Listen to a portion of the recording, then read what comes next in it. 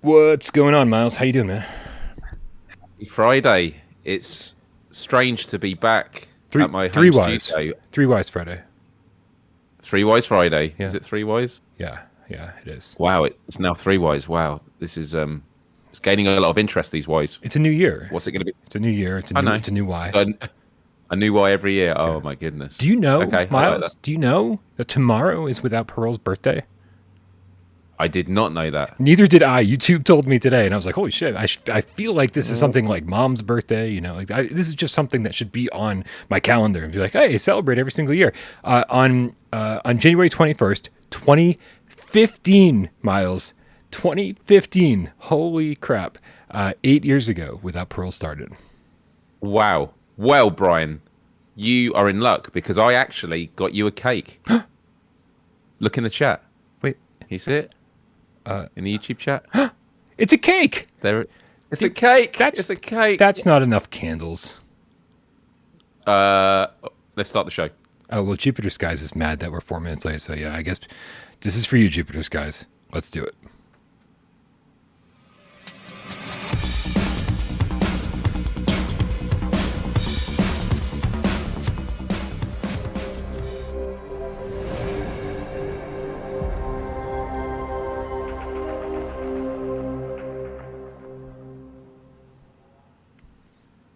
This is PSVR GAMESCAST Live. We film live every single Monday, Wednesday, and 3 Wise Friday right here on Without Parole. We do it live for your viewing pleasure right here, 6 p.m. Eastern, Monday, Wednesday, Friday. We also do it not so live on podcast services of your choice. That's right, for your oral pleasure. My name is Brian Pop, and this channel right here, PSVR Without Parole. And this gentleman to my right, back, surviving his Swedish trip. You don't know how much I want to say Swedish fish. It's Myles Dyer from Myles Dyer Official over on Instagram. How we doing, everyone? Hey, Game Cats. Yeah, it was really strange to be back here. You know, last week being in Sweden in a hotel, thanks to Fast Travel Games that got me this hoodie. And you know what a new hoodie feels like? So soft, so comfortable. Can we stop right there, Myles? Like, I feel like you're just wearing it to make me jealous because I need a new hoodie, and I would like one that says Fast Travel on it. It's like they've got my PO box address. They're just like, no, you have to come here to get one. I think that's pretty unfair. I am sure that they would send you one if you really, really wanted. And I'm getting to a point now where I'm like, I should probably wash it, but when you wash it, then it's not so much anymore. Yeah, you know? Yeah, it loses some of its luster. Yeah. I don't know, man. I feel like it would be really hard for me to be like, could I have a hoodie? Also, I hated Wraith. It's like, I don't think, right? But don't say it like that. Why are you saying it like that? Oh, right. I'm just gonna have to teach you some manners. No. You could just say, well, actually, the conversations we're gonna be having later on in the show is all going to be about the trip, and it's also going to be about PSVR2. And I think you're going to be very excited with what Fast Travel Games has in store for us. I mean, I can't talk about everything, but I can at least give some hints. So, yeah. Ooh, I like hints. It's going to be a good show. I like hints. Myles, before we get into the show and tackle some of these tips that have been rolling in, what's going on?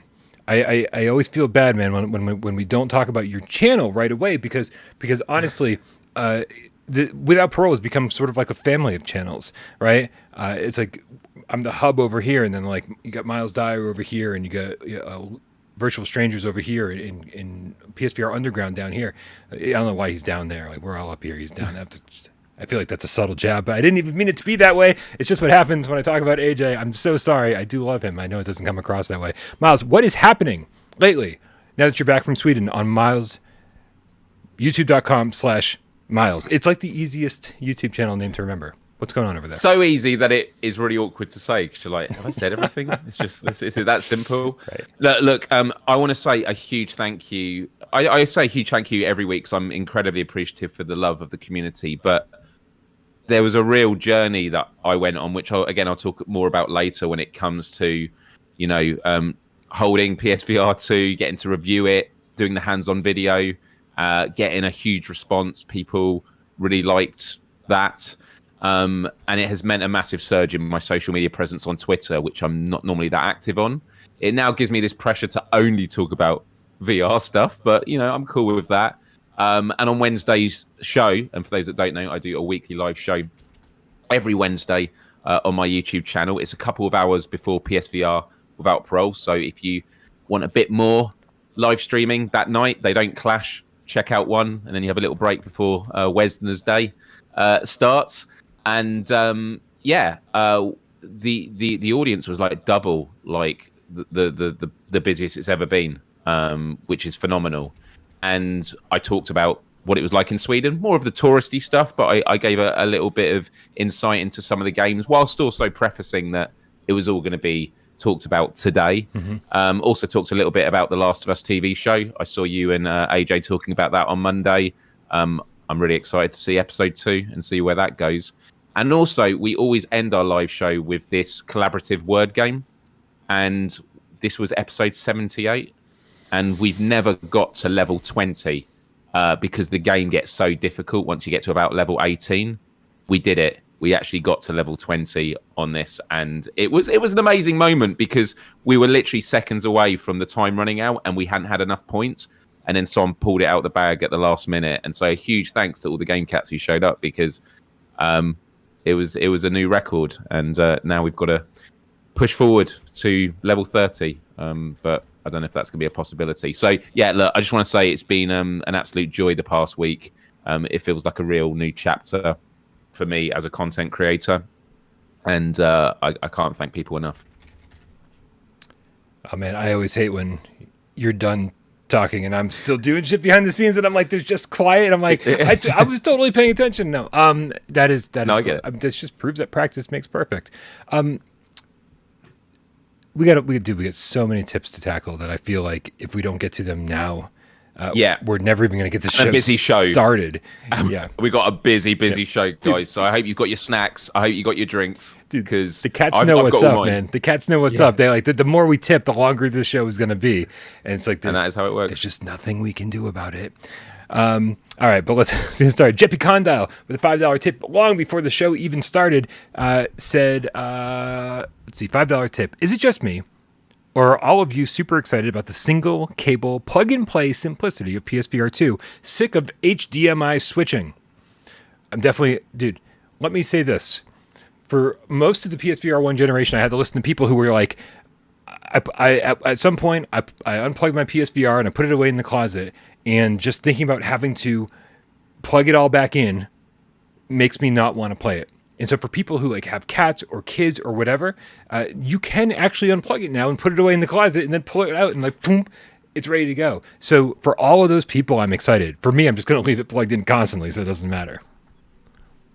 Yeah, I mean, look, already I don't want to spill into the conversation about PSVR 2 hands-on impressions and answering all your questions, but the single cable, it just felt a bit weird. I was like, I'm in quite a big office space. The PS5 is there, and there is a single cable going into it. This doesn't feel right. This feels way too simple because it's just been years and years of every time I, might move my head, I can just hear all the boxes and that it's plugged into, like getting pulled off the shelf. And like, has the PS5 been pulled off? No. Yeah, look, it's amazing. Amazing. We got Looper the Underground Game Cat with the €2. Says, please rate the main PSVR2 innovation, the hole. As in the ventilation hole. I really do. I want to say something real quick here, Myles. A lot of people have been asking about the rubber on the PSVR2. I don't know if you paid close attention to it, but I've been asking around and talking to a lot of people who've used it. You can back me up on this. Maybe you can, maybe you can't. The rubber gasket that goes around your face is absolutely a different rubber material than the rubber that was on the padding and the back padding of the PSVR 1. And everyone who I've asked says, it doesn't seem like this is going to flake off at all. It's a different material entirely, and it feels pretty solid. But then they poke out a hole in it for the vent, so it doesn't fog up your lenses, which is thumbs up. Yeah. Man, I don't want to preempt all the conversation later, but yeah, no, it's amazing. Yeah. I'm just trying to shut up now because I'm going to be talking so much later. I mean, are you really going to be talking about the ventilation hole like later in the show? It's one of the things on the list. It's definitely a big comment about like how much light does it block off, all those things, the ventilation. Whoa. Okay. Yeah. There's so much. I've got in front of me, just to let you know, Game Cats, from the hands-on video that I did, I went through all the comments, and I've got in front of me 20. I've got 30 different questions in front of me here. Oh my I have God. some others that came in today.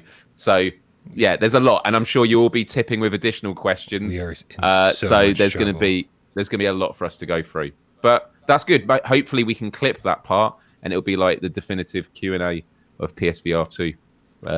So yeah, we'll find out. All right, we'll find out. I'll play your op-ed while we do this. Mako XL with the Canadian $2 tip says, I've been here for it all, in terms of I've been here all 8 years. I don't think too many cats out there can say that, because, we started off and, content was horrible, and and like there was no direction on the channel. So people like Mako, who have been around since the beginning, my hat goes off to them, because either you have absolutely no taste in quality content, or you're just the most supportive person on the face of the planet. And I think, with my experience with Mako, it's the latter of the two. Continuous support is so important. And for those that have just joined recently, I know what it's like sometimes where there's a band that you like and you feel that you've come late to the party. There will become a point where you realised that 8 years from now, you'll feel like you were here from the start at this moment of the dawn of PSVR2. So this is a real special moment. So yeah, doesn't matter when you joined. Obviously, those that have been there right from the start, huge love and respect. But everyone that joins and decides to stick around, so much love and respect for you. And this is going to be one hell of a year. Myles, I'm outnumbered. There's 2 of you and 1 of me on the screen. Is that? Oh no! This is crazy. There's no way I'm going to win any argument today. 2-1, all of them. Grizzly Bear King with the $10 tip says, I came here looking for the best PSVR2 launch lineup just exploded / Myles PSVR2 AMA podcast on YouTube, and that's exactly what I found. Hey, Brian. Hey, Myles. Hey, Cats. Thank you so much, Grizzly Bear King, for the continued support. We love you so very much. Burke Daniels with the $5 tip says, can't watch live, but I wanted to make sure I asked my AMA question. Please, Myles, copy and paste this into the AMA for later. Burke Daniels' question. The question is, do wireless headphones work with PSVR 2? Thanks, fellas. Thank you, Burke Daniels. Very, very cool. Firebird Old School with the 100 Sekiro says, happy PSVR without parole birthday from the future. Thank you very much. Please, no singing, no gifts. We'll celebrate the 10-year anniversary in style. MRI Gamer with the $2 tip says, this is in regards to your fast travel hoodie. He says, and he's throwing the coffee cup in your face too. What coffee cup is he referring to, Myles? What was this? This one. Is that a Fast Travel Games logo I see on there? Did they give that to you at Fast Travel Games? To be fair, they told me not to talk about it, because it's not like official merch. It's just like, there's someone called Emma, I think, who works there. And so everybody at Fast Travel got their own personalized coffee mugs? I don't know. And you stole, I don't know if that means... You stole Emma's mug? Did you steal? I don't know if this... What does Emma mean in Swedish? What does Emma mean in Swedish? It means I used to be caffeinated, and now Myles took my cup, so I'm not. I can explain. I basically said, as I was leaving the office, I said to someone, I'm not going to throw anyone under the bus, except Emma, I just said, I don't want one now, but I just want to say how much I love your mugs, because I love the colour, I love the design, and it's great. And they said, wait there. I went, no. And then they brought back and they said, don't tell anyone. And I said, yeah, I won't tell anyone. So that's it. I mean, it's just you and me, Brian, talking right now. I mean, it's not as if we're live streaming this. So, yeah. Honestly, though, if Emma happens to see this and is the owner and has not been caffeinated all week because of this misunderstanding, that's what it is. It's a total misunderstanding. I will buy you a new mug. Some people call it a misunderstanding. Other people, like the authorities, would call it theft. Mako XL with the Canadian $2 tip says, buy the wheel, you sob. I'm borrowing it. Buy the wheel, you sob. I've got everything in my Amazon cart that I need to for my Gran Turismo 7 setup. I just can't pull the trigger, man. It's so much money, and I just can't do it. Not yet. I will. These tips keep rolling in. I'll fucking do it in the middle of the show. Belramio, the Game Cat with the €6 says, "Do we get told some super secret secrets now?" Oh, you are going to know more today than you did before you joined. In terms of, I don't know if any of the other creators have talked at all, but there were two secret. I said there was one secret game I was going to be introduced to by Fast Travel Games. There was actually two in the end. One I can't say anything about, and one thing. There was two things I could say about it, and I managed to get out of them a third thing that I could say. So yeah, that's the bare minimum. All right. For today. X with the $2 tip says, "Any chance of multiplayer between PSVR1 and PSVR2?" I can tell you this. What's up? What are you gonna say? What's up? I'm just going to say I love that question because there has been talk in these latest blogs about crossplay, and it doesn't actually say what the crossplay is with, what platforms. Right. Obviously, it depends on the game. If it's a game that's not on PSVR, then of course it's not going to be for that. But I do like the idea that, I don't think Sony is going to prevent crossplay between PSVR and PSVR2 titles because it is going to happen. If I know Rec Room hasn't been announced for PSVR2 yet, but if Rec Room did, that's going to be crossplay, isn't it? Because you're going to be on the same servers as PSVR players. So technically, it is going to be possible. It is possible, 100%. And so I don't know which games if any games have announced it yet, but yes, it is absolutely totally possible. And if some of the games we'll be talking about today are PSVR 2 games or PSVR 1 upgrades of PSVR 2 games. That's backwards. PSVR 2 upgrades of PSVR 1 games. And so if any of those are multiplayer, then there should be cross play between the two. But yes, absolutely possible. Dude. The tips are rolling in faster than we can read them. At a certain, this is good. I mean, it's good, but it's also good. I'm just copying and pasting because I don't want to lose track of anybody's tips here. Okay, so the next one. Do you have the next one? No, I don't. Okay, I get the next one. Then I'm going to go all the way back up to the top of the list. Belramio, the Game Cat with the €2.49 says, "I will fall asleep anyways, no matter how long the show is." Well, thank you very much, Bell. Don't worry about picking this up tomorrow. There'll be more content tomorrow. Richard Austin with the dollar or the £1.79. I have no idea what that is. Why is no one asking for Star Wars Squadrons on PSVR 2? Need. There's a lot of people not asking for a lot of important games on PSVR 2. We're just patiently, more than anything, we're kind of patiently waiting for developers to announce their PSVR 2 plans rather than being like, just like yelling and screaming and pissing them off and stuff. If they say, hey, we're not going to make a PSVR 2 version of that game, then we yell and scream and piss them off. I think that's only fair. But yeah, I agree. Squadrons was awesome, and on PSVR 2 it would be amazing. Yeah. Step _ with the 10 Chieftains, we'll go with that. PSVR 2 hype. To get the full experience, I'm also getting some prescription lenses when they come out for it to enjoy without glasses. Also, this to support you guys. Thank you so very much. Great point. So many people have been like, does this headset work with glasses? Yes, it does. And in fact, PSVR and PSVR 2 are the headsets that work best with glasses, it seems.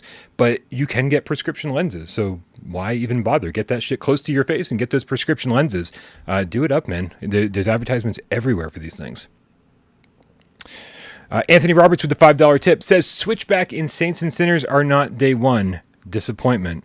So Switchback only recently, within the last couple of days, it still says February 22nd on my store, but then when you click the pre-order button, it says like something like March 22nd. I forget what it is, like about a month delay. So they haven't officially announced it yet as far as I know, but it does seem like internally the date has changed. And then, yeah, Saints and Sinners was never day one. But again, only about a month to wait.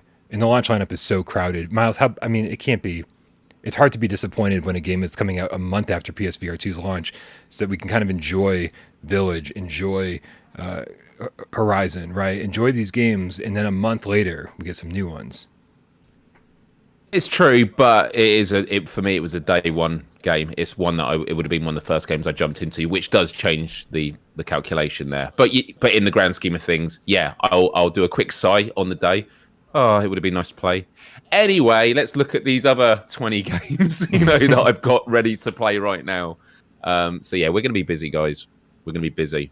And for those of us that also like flat screen games, there's a lot coming out on that this year as well. I mean, I'm going to be very busy with just VR stuff, but the backlog of flat games like Final Fantasy, Crisis Core, Dead Space, that's out next week. I'm going to be playing Callisto Protocol tomorrow on my channel that I've not touched.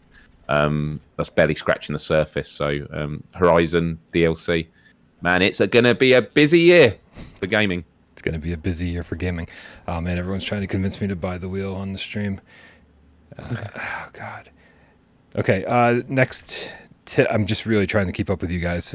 Thank you also very much for your generosity. I don't think I've ever been this. It's never been this difficult to keep up with all the tips. PS3X Necrosis with the AED. I don't even know what it. After Earth Dystopia. I don't know. $17.99 says, how do the lenses compare to something like the Quest 2 lenses? Is the Fresnel effect lesser and the sweet spot better? Are you going to be doing any Quest comparisons during your Q&A, Myles? Can we save this for that? Yeah, for sure. Because as people that haven't seen the hands-on, it was my first time ever experiencing the Meta Quest as well. So it was I wasn't coming in with any preconceptions, and there were things I really liked about the Quest actually, which we'll talk about later. Sure. Sirens on my end. And Brian, I'm starting to collect the incoming tips and adding them to our Discord chat. All right. I think I'm still caught up, but if you see any that I missed, please let me know. Mako XL with the Canadian $10 tip says, shut up and take my money. Myles, LOL. Old School Game Cat with the €4.50 quid says, Myles, did you ask them about PSVR2 upgrades for their old games? I'm assuming even if you did, you can't talk about it. There's going to be, during my talk later, there's going to be a lot of my own hypotheses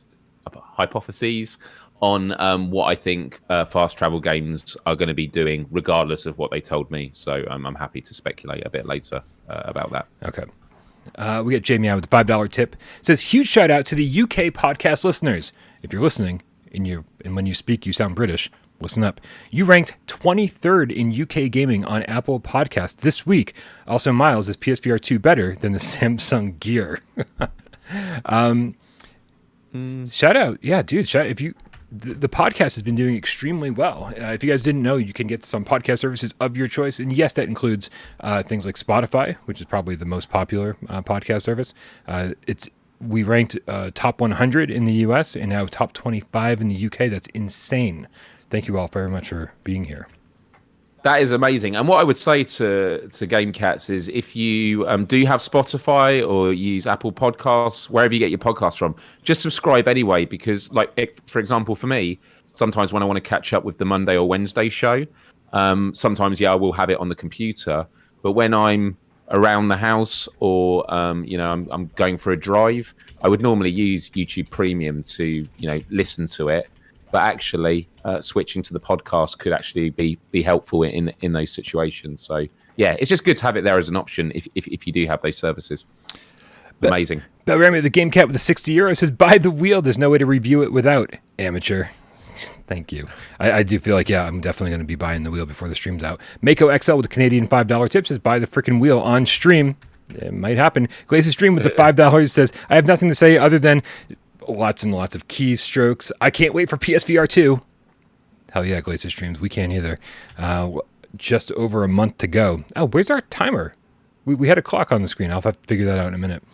Josh Cat with the $5 tip says, cancel your plans, Brian. But seriously, congratulations on 8-year anniversary. Thank you for 8 years of great content. Meows and swipes. Thank you, Josh Cat. All the loyal cats out there. Dead Ringer, the Game Cat. Another loyal cat with $2 tip says, keep tipping. Choo choo, little ringers. Yeah, say what's up to Little Ringer for me. Your Long Shadows with the 20 Nokia cell phone says, fucking do it in the middle of the stream, Brian.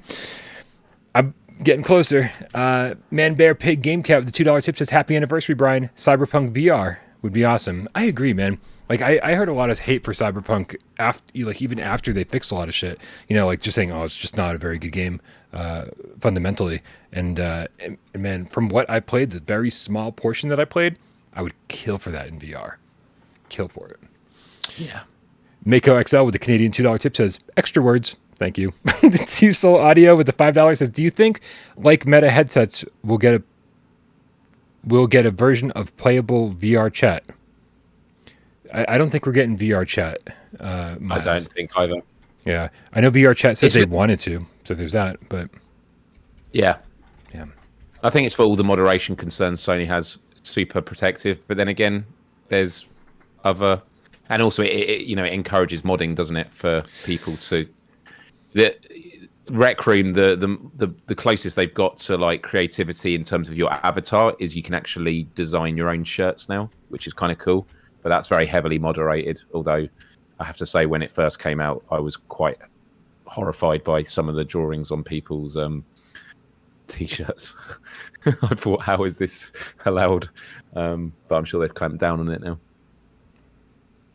I mean, you've got me curious, but maybe we should move on. Yeah. Korskajunres. I don't know. Sorry if I mispronounced your name. Yep. Yeah. $2 tip says, hi, new sub. Do you foresee VR2 stock shortages? I mean, dude, there's been an explosion of interest in PSVR2 in the last couple weeks. Yeah, it went from being like, oh, I don't know, maybe, I don't know, to like everybody being like, this is where VR is heading, like almost universally. Could there be stock shortages? Yeah. I think Sony, if they underestimate the amount of people who are going to buy it that didn't pre-order it, then yeah, there could absolutely be. I don't think it'll take long for them to get caught up, but I think temporarily at least there could be. I mean, there was speculation, wasn't there? I don't know if it was actually confirmed that Sony was getting 2 million produced for launch, which was an absolutely huge number considering there was like 6 million sold, around 6 million, the last number that we got of PSVRs. And so if that is the case, I think it is because they don't want another PR situation where there are stock shortages. I think they're trying to cover themselves. But if the wave grows big enough, they could, easily clear over that 2 million mark. So that would be interesting to see. I'm seeing the tips coming in. Moving on now to Marco XL with the Canadian $2 tip. Buy the effing wheel. And then Matster GameCaster with the $75 tip. Wow, honestly, mind-blowing. Happy anniversary. P.S. Buy the wheel. ... Man, the generosity. I was going to say, Brian, if we want to move on with the show, I will just keep saving these, and I will put a line actually on the Discord chat just so that we can more buy the wheels are coming through. Yeah, you guys. If you want to do that last Waleed one is now. If you want to do that one that I've just put there, and then I've put a line here. I've just copied and pasted the last 4. I'm going to read all 4 of these real quick, and then we're going to move on. I know. I just feel I'm a completionist, man. I want to get everything done before we move on. But that's You're not going to complete this. No, I know. The Game Cats are going to win. I know they are going to win. Step says keep tipping. Steps and so one last thing, Brian. We have over 600 people watching right now, so I want to say hello to all of you. But only 164 likes. Are we really that despised? Crazy by the chat? Outrageous. Crazy. But yeah, if you could hit the like button, if we could get over 300 now, it would really help the show out. So thank you. Sorry, Brian. Continue with the tips. Lovely tips. Step _ with the 2 chieftains says also let's keep pressuring for Alex people. Yeah, I think I don't know if our pressure is going to help, but I think they've heard our screams. Waleed is now a GameCast, specifically White Tiger, with the $5 tip says, hey guys, this launch lineup is one of the best launch of a hardware. Brian, if you have Greg Miller on the show, we need to present the case for PSVR 2. Greg Miller is scheduled to appear on PSVR GamesCast Live soon, within a couple weeks. So I will keep you posted as we figure that shit out. MRI Gamer with the $20 tip says, okay, if the cats are demanding it, I'm putting in for the wheel too. Plus, hope you don't have to work tomorrow. Miles, it's going to be a long one. this week has been brutal with work, and I'm glad it's the weekend. And I've got tomorrow off. I'm seeing relatives in the evening, and I've got the live stream at night. But yeah, during the day tomorrow, I'm going to be sleeping and resting lots. And then Mako XL with another $2 tip says, "By the wheel." By the wheel. I think there's a theme here. I think it's going to happen before the end of the show for sure. All right, Myles, let's get starting with Elephant Trap. You're going to be copying and pasting these for me and taking care of that. Yep. You I've got them. Are the best. For all the cats out there who are still watching, 626 of you, thank you very much. We love you. We start off with a lot of viewer questions usually, but it's not usually this many. This was definitely an exception, and we've got a long show ahead of us, so we really do need to move on. But Myles will be taking care of the tips as we go, and we'll get back to you, I promise, soon enough. So, dude, we got to move on to what happened yesterday. Yesterday, very early in the day, the PlayStation blog updated with some insane news, stuff that we've been really waiting to hear, and it was all about more launch games in the launch window games. Myles, you and I have been talking about what does launch window constitute, and we had different opinions on what that meant, right? Sony seems to be saying the launch window constitutes 1 month. So basically from February 22nd to March 22nd, all the games that they talked about should be out, right? And so it's kind of crazy. I've always considered launch window closer to 3 months, but they're shrinking that down. They're like, all of these games that you want are coming very, very soon.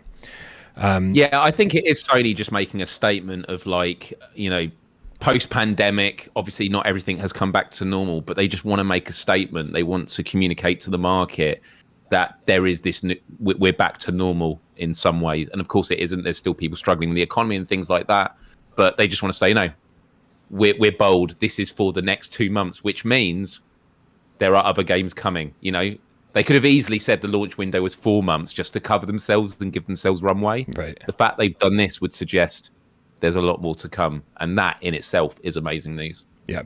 And that's the crazy thing. They said there's more stuff coming, and the fact that they didn't remember that 20 plus games we were told, and we were like, wow, that's pretty good. And where are we now? We're like 47 or something. Like it's something crazy, and it's a good mix of upgrades and new titles, varieties of genres, multiplayer, single player.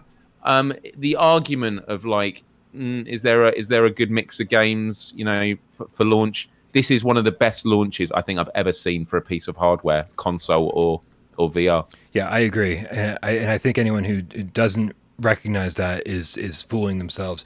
You could certainly say, well, there's no JRPGs, or there's no this, or there's no that. And I agree. Like there are certainly genres that are missing, but those genres are being populated one by one by one by one, and I don't think there's going to be too many that we're missing soon enough. All right, so dude, so like I said, when we kind of woke up to this this kind of awesome PlayStation blog post, and I just wish I could find it. Where the hell is it? I can get it for you now. I'm just going to put it in the chat for you. I've got it. No, I mean it's on the screen. I just couldn't figure out how to bring it up so I could actually read it. Oh, that's right. So Sean Benson, Director of Head of Portfolio Global Third Party Relations, says back in November we revealed 11 titles coming to PlayStation VR2 in 2023, and today we're excited to not only reveal 13 more amazing games to the PSVR2 library, but also confirm titles expected to arrive within 1 month of the February 22nd launch. We are currently tracking more than 30 games for the launch window through March, including titles from popular IPs like Horizon Call of the Mountain, No Man's Sky, and Resident Evil Village. A free PSVR2 upgrade for Gran Turismo 7 is also on track for launch day. A quick update from Polyphony Digital. This is what a lot of people were waiting for, Myles. Ever since CES, we were curious, what does the PSVR2 version of Gran Turismo 7 include? And a lot of people were skeptical, saying it's not going to be the full game. So let me read you what Kazunori Yamauchi, president of Polyphony Digital, said, and then we can kind of break this down a little bit and figure out. He said, we're thrilled that Gran Turismo 7 will be a PSVR2 launch title. Through a free upgrade for those who've already purchased Gran Turismo 7, players will experience all cars and tracks in VR like never before. Gran Turismo 7 takes VR in VR takes full advantage of PSVR2's next-gen features. With eye tracking and foveated rendering, players will experience stunning visual fidelity while racing in any of the 450-plus cars. While two-player split-screen races are not supported in VR, all other races, including online races, will be available. From the Nuremberg to Tsukuba, I don't know how to pronounce words. Good. Tracks can be experienced exactly as they are in real life. Myles, the fact that he doesn't say it's the full game, I don't understand why you just wouldn't say it's the full game minus two-player split screen. But if there might be a legal thing that we just can't, that we don't know about, maybe there is a legal implication with that. It's technically not the full game. You can't say it's the full game, but it's not the full game because these two things are missing. Yeah. Although we think that's stupid. I don't know. That maybe they are just being ridiculous. But because I totally agree with you. But I'm like, maybe that is it, because it is the full game minus a couple of modes. Yeah. I mean, it's just difficult because we want to. We said it. I mean, I said in my news video, it's the full game because that's what I got from this. And so if it's not the full game minus the two-player split screen, then this wording is horrible, right? Because that's what they are implying here. But no matter what, it's far more content than we ever got with Gran Turismo Sport in VR. And I think that this is going to be pretty amazing. I just want to play through the campaign. That's what I really want to do. I want to play through the campaign, race some of the cats online. So does Sony have their own official wheel? I do believe there's a Gran Turismo branded wheel, but I don't think it's actually made by Sony. I know there's plenty of racing enthusiasts in the chat that can help us out on that one. I just feel that, and I know that Sony have got enough pieces of hardware that they're trying to manufacture at the moment, but kind of like the aim controller with Firewall, or Farpoint, I feel that they could have got a wheel made, because I'm even considering getting a wheel. My best friend Hugh, he loved playing Gran Turismo. He loves racing games. And when I told him about, do you want to come over and try the VR? He's like, yeah, but on a regular controller, I don't really have any interest. Like, if you're going to do it, you got to do it with a wheel. And I respect that. Yeah, I do too. Especially with a simulation game. I feel like if it's like Ridge Racer or Burnout, you can play that with a controller and you're fine. But I do think a simulation like this, you just want to feel like you're really in the car. Hell, and if we do get a Ridge Racer, I'll still play that with the wheel too. I think that would be amazing. So, I mean, what a great way to kick off the blog post, right? It's like they haven't even announced any new games. Like, we knew Gran Turismo was coming. They just kind of specified, hey, it is what you're hoping it's going to be, which is a great way to start off this blog post. And then they follow it up with something called Before Your Eyes. Myles, do you have a second to read this blog post while I bring up the trailer? Yeah, sure. No worries. So Before Your Eyes. Embark on an emotional and award-winning adventure where you control the story and affect its outcomes with your real-life blinks. In this unique VR experience, you will fully immerse yourself in a world of memories, both joyous and heartbreaking, as your whole life flashes before your eyes. The game uses the PSVR2 headset's front-facing camera to immerse you in a way you've never experienced before. You will learn to control the flow of the narrative with your actual eyes, blinking through precious memories of family, first love, and the rise of an artistic career, ultimately revealing a heartbreaking truth. And that is Lucas. I'm not even going to pronounce the last name. From Skybound Games. Poor Lucas. I know. Sorry, Lucas, man. Dude, okay, listen, here's what I got to say about this. It's not that I don't appreciate what this is going to do. I think this looks like probably a very emotional story, something that's going to be maybe heart-wrenching. I don't know. We'll see what it turns out to be. I can't wait to play it. And it'll probably look really beautiful in VR. But I do think that PSVR2 has a slight problem, right, of being branded like this headset that is capable of playing these AAA games. But then so frequently we're like bombarded with games like Tentacular and Cosmonious High and now Before Your Eyes. I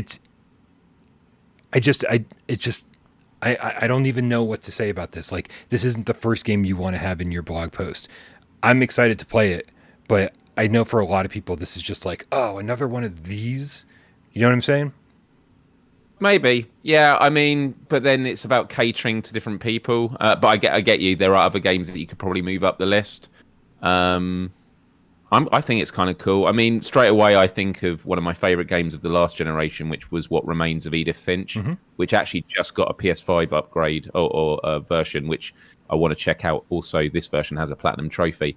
I would love to experience that game in VR. Right. And actually, just to say to everyone out there, if you've never played that game and you get a chance to on flat screen, it's a very short game. Do play it. Yeah. But my goodness, if that came to VR, that would be...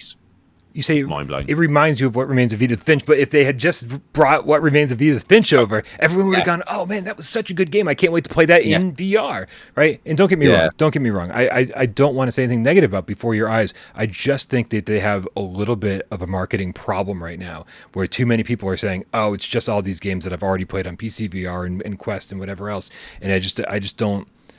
This isn't helping the situation. I want people to be excited for this game. I want to be excited for this game, but I feel like this maybe wasn't the time to reveal it. That's just me. I'm not a marketing guy, but that's how I feel. The first game I saw looked like this, and I was like, no. Like I'm gonna be so happy to play this, but there's so many people out there that are gonna use this as ammunition against PSVR2. So I would just counter that. And by the way, I'm very down the middle with this game.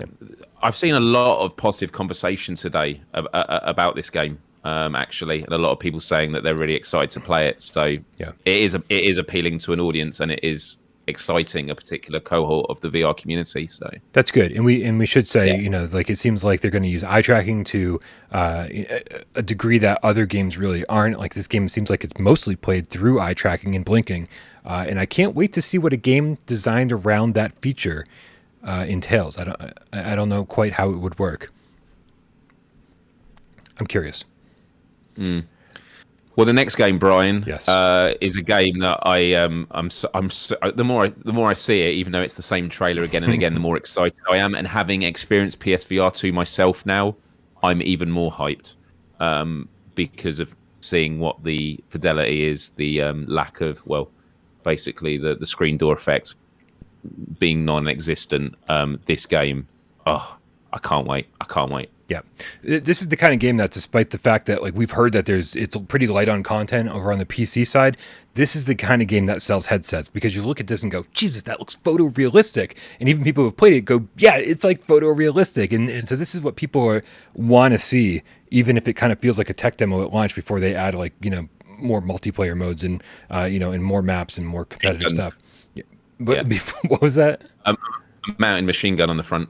Exactly. Of your canoe. Exactly. I'd love that. Oh yeah, I think we need to be able to take each other down. We need to twisted metal this thing. Like Road Rash, but not on motorcycles. Right. On kayaks. It'd be amazing. With a chain. But as cool as this is, this was kind of a non-news story, because this was already on the PlayStation Store with the February 22nd release date. So that I think they kind of spoiled this before they even revealed it. Yeah, and again, it's about how many points of contact you've got. I was actually in the cinema waiting for Avatar to start, and I brought up the trailer for my good VR friend Johnny. Yeah. Who is very on top with games, and when I mentioned it, he'd never heard of it, he'd never seen the trailer. And he was blown away, and he was like, yeah, I definitely want to get it. So again, I think there are a lot of people that, despite the previous announcements, this is going to be new for them. And the trailer is so good. And you see all these amazing locations when you have the storms and, when they're sliding on the ice. And then there's multiplayer. And it's like, what? There's multiplayer as well? At first, it's just like an exploration, like a mindful game.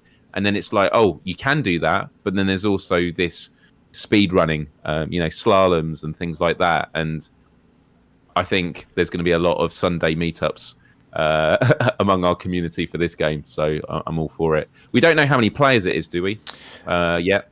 I don't know. And honestly, I think right now over on the PC side of things, you're just racing ghost players. I don't think it's simultaneous multiplayer, which is something that is on their roadmap and seems to be slated for right around the PSVR2 launch period.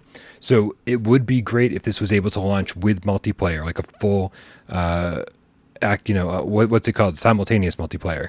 Yeah. Okay. All right, man. But let's move on to the next one. I think this is probably the one that a lot of people are excited for. I checked out all the different trailers over on PlayStation, on the PlayStation YouTube channel, and this one by far had the most views. So this is Pavlov VR. Myles, as crazy as it is, we don't have a ton of modern military shooters on PSVR 1. We don't even have a ton of first-person shooters on PSVR 1. The community was absolutely craving this kind of stuff, and we got so few of them. And now that we've gotten a couple, as far as PSVR 2 is concerned, it seems like the floodgates are opening and we're getting a bunch. So let me just read, because Jared over at Bankrupt Games had a little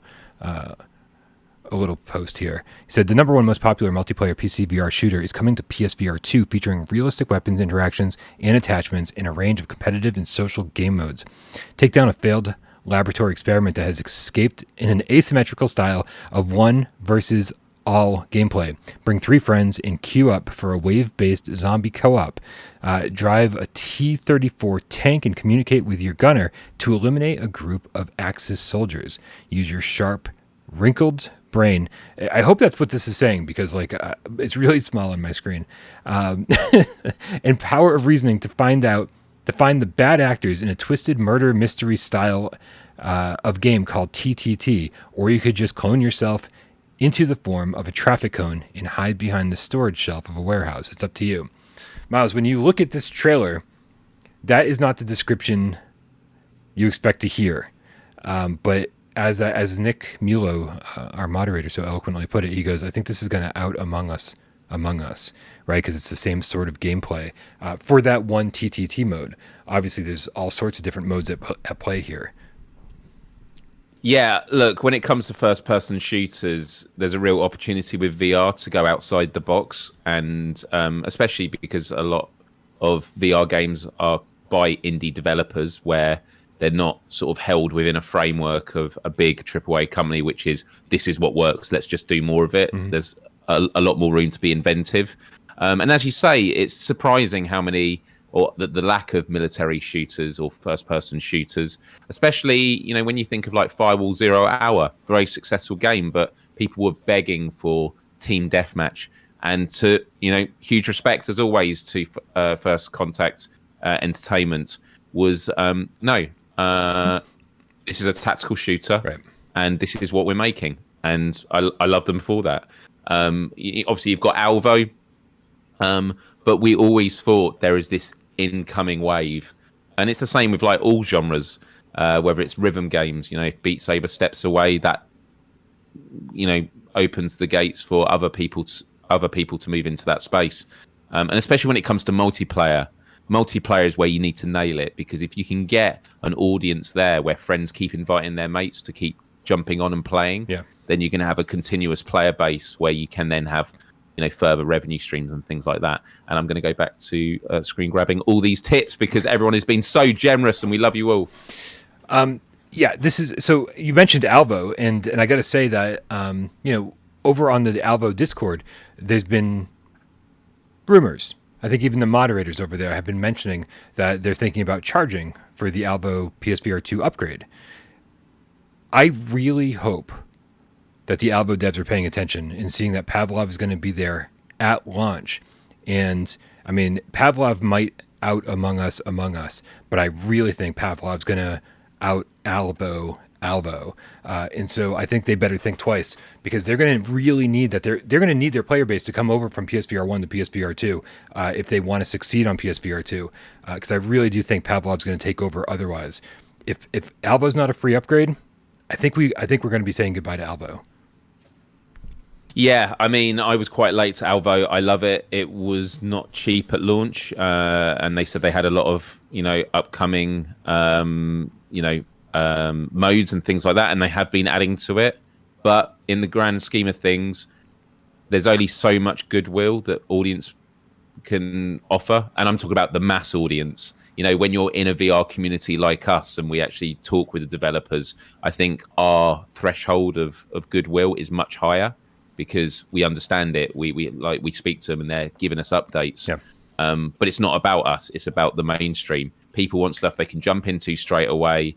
things that are going to be the cheapest. If they were going to calculate what is the cost per hour of gameplay, what am I going to get the most hours of for the cheapest price?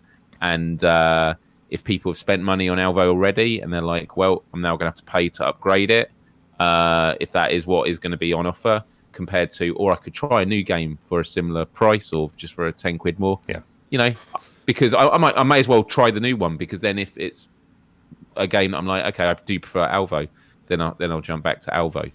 But yeah, that seems to be the journey I can imagine a lot of people doing. Yeah, but look, I love Alvo, and I can't wait to play a next gen version. Yeah, Pavlov is $25 on Steam right now. It's still in early access. It's been in early access for so long, which means it's just been going through all of these updates until they don't consider it a full game yet.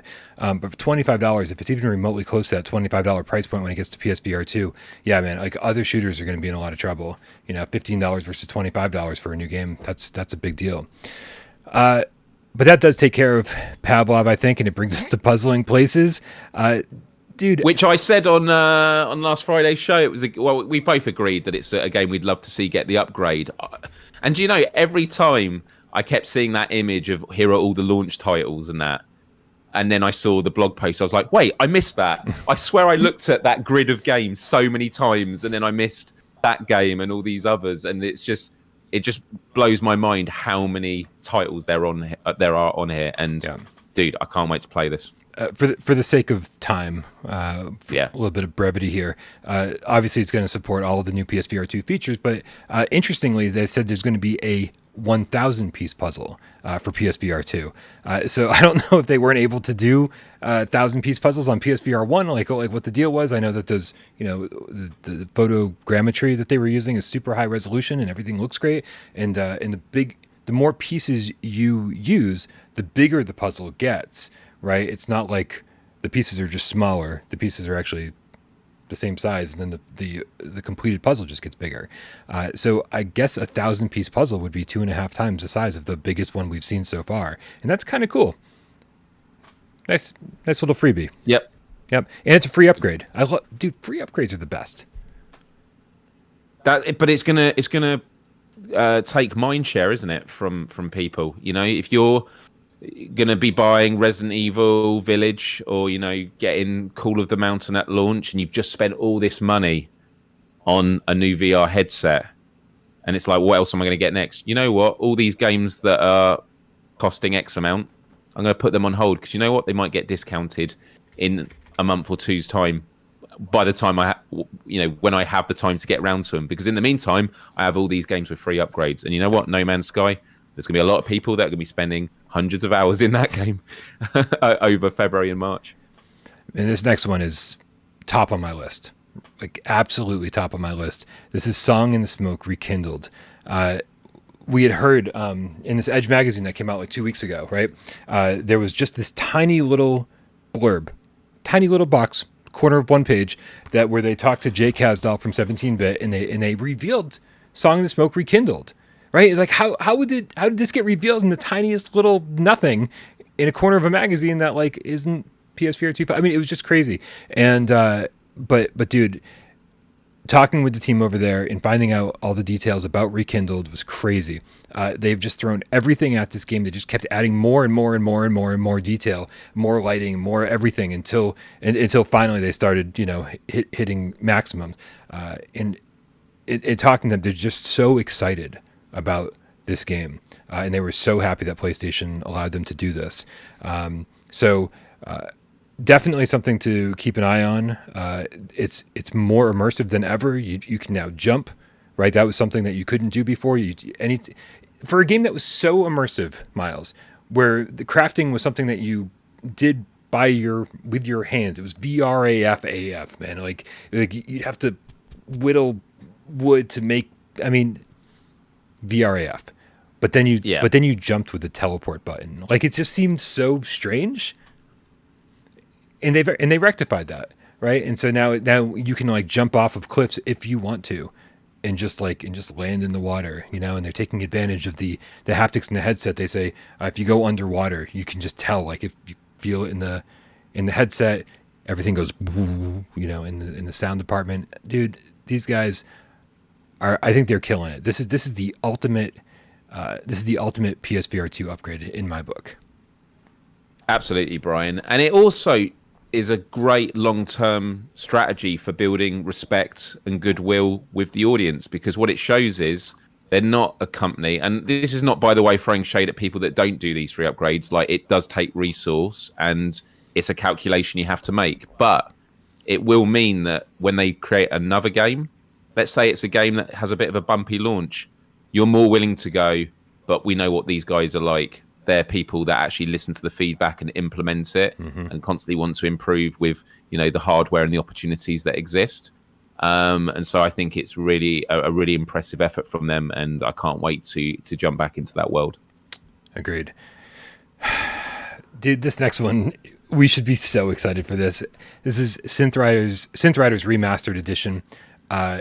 I believe let's check the blog post. I am really looking forward to this, by the way, and actually seeing the trailer, even though it's music that I'm familiar with from playing it before. I was like, I need to get back in here, because I always felt the fidelity because of its art style. I'd love to experience that without the screen door effect, and I can't wait to have that also with the haptics, because of riding the rails is so great. But, and it's what we're going to talk about in a minute, I just want multiplayer. You would think, Myles, that because PSVR 1 gamers did not get multiplayer, even though it was promised to us, 2 years ago? It's been forever since this game came out. 2 years ago, they were like, it's coming soon. Yeah. We just never got it. You would think that this is the thing they'd want to be screaming from the rooftops, right? Being like, we're so sorry, it finally has multiplayer, right? But no mention of multiplayer. I am 100% certain when we upgrade to the PSVR 2 version of this game, it will have multiplayer. But why wouldn't you say that? Why wouldn't that be one of the selling points? I'm really confused by this, Myles. The only reason I could think of is they don't want to scare Beat Saber into rushing their release ahead of what they might be doing. I don't think that is the case, but that is the only charitable explanation I can think of. Because, yeah, if you get multiplayer, it's what we said about Pavlo, is if you create a multiplayer experience, you're going to invite your friends to get it, they'll buy the game. The great thing about SynthRiders is, and correct me if I'm wrong here, Brian, but if you choose a DLC track and your friends don't have it in the multiplayer on the PC, they get to play it anyway. Yeah. They don't have to own it as well. Beat Saber, and it might be a rights issues, not only can they not play it and they have to watch from the side, they can't even hear the music. So they're literally having to sit on the side watching you doing this to whatever you're doing it to, which I am really surprised by that. And the reason I'm surprised by that is I thought, surely that'd be a great way to sell DLCs, like as you're watching from the sidelines and you're hearing the song and you're seeing them have a good time. And maybe there's a button there saying, do you want to join in?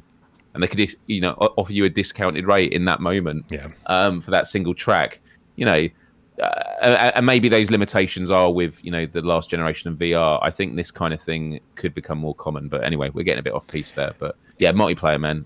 You think it is coming? Yeah, absolutely. Absolutely. Okay. I mean, I hope you're right, dude.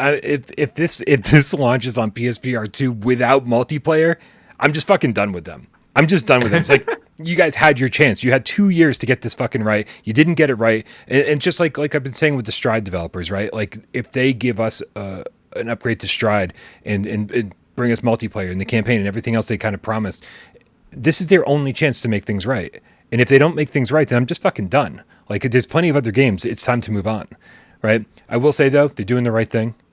Obviously, we're getting a free upgrade. All the DLC transfers over. That's exactly what you want to hear from these studios. Yeah. Myles, did you play Thumper at the launch of PSVR 1? Yeah, and I loved it. I don't think they use the terminology on this blog post for Thumper, because they define it as, they call it a rhythm action hell ride, but don't they call it like rhythm violence? That was it. Yep. See, I was going to say something like trauma rhythm or something like that, but it's rhythm violence. Ooh, I like trauma rhythm. I love I love that terminology, though, because straight away when you hear that, you're like, okay, that's not what I thought it was going to be. And then when you experience it, and we're going to get to a Tetris effect, I think, is on this list a bit later. It's another one of those games where it kind of taps in beneath the surface. It's not an on the surface experience. It really makes you feel an experience a different world, like a different existence, and that is the power of VR. VR, you know, for non-gamers, often they think of it as being an opportunity to just create a believable world that isn't our own.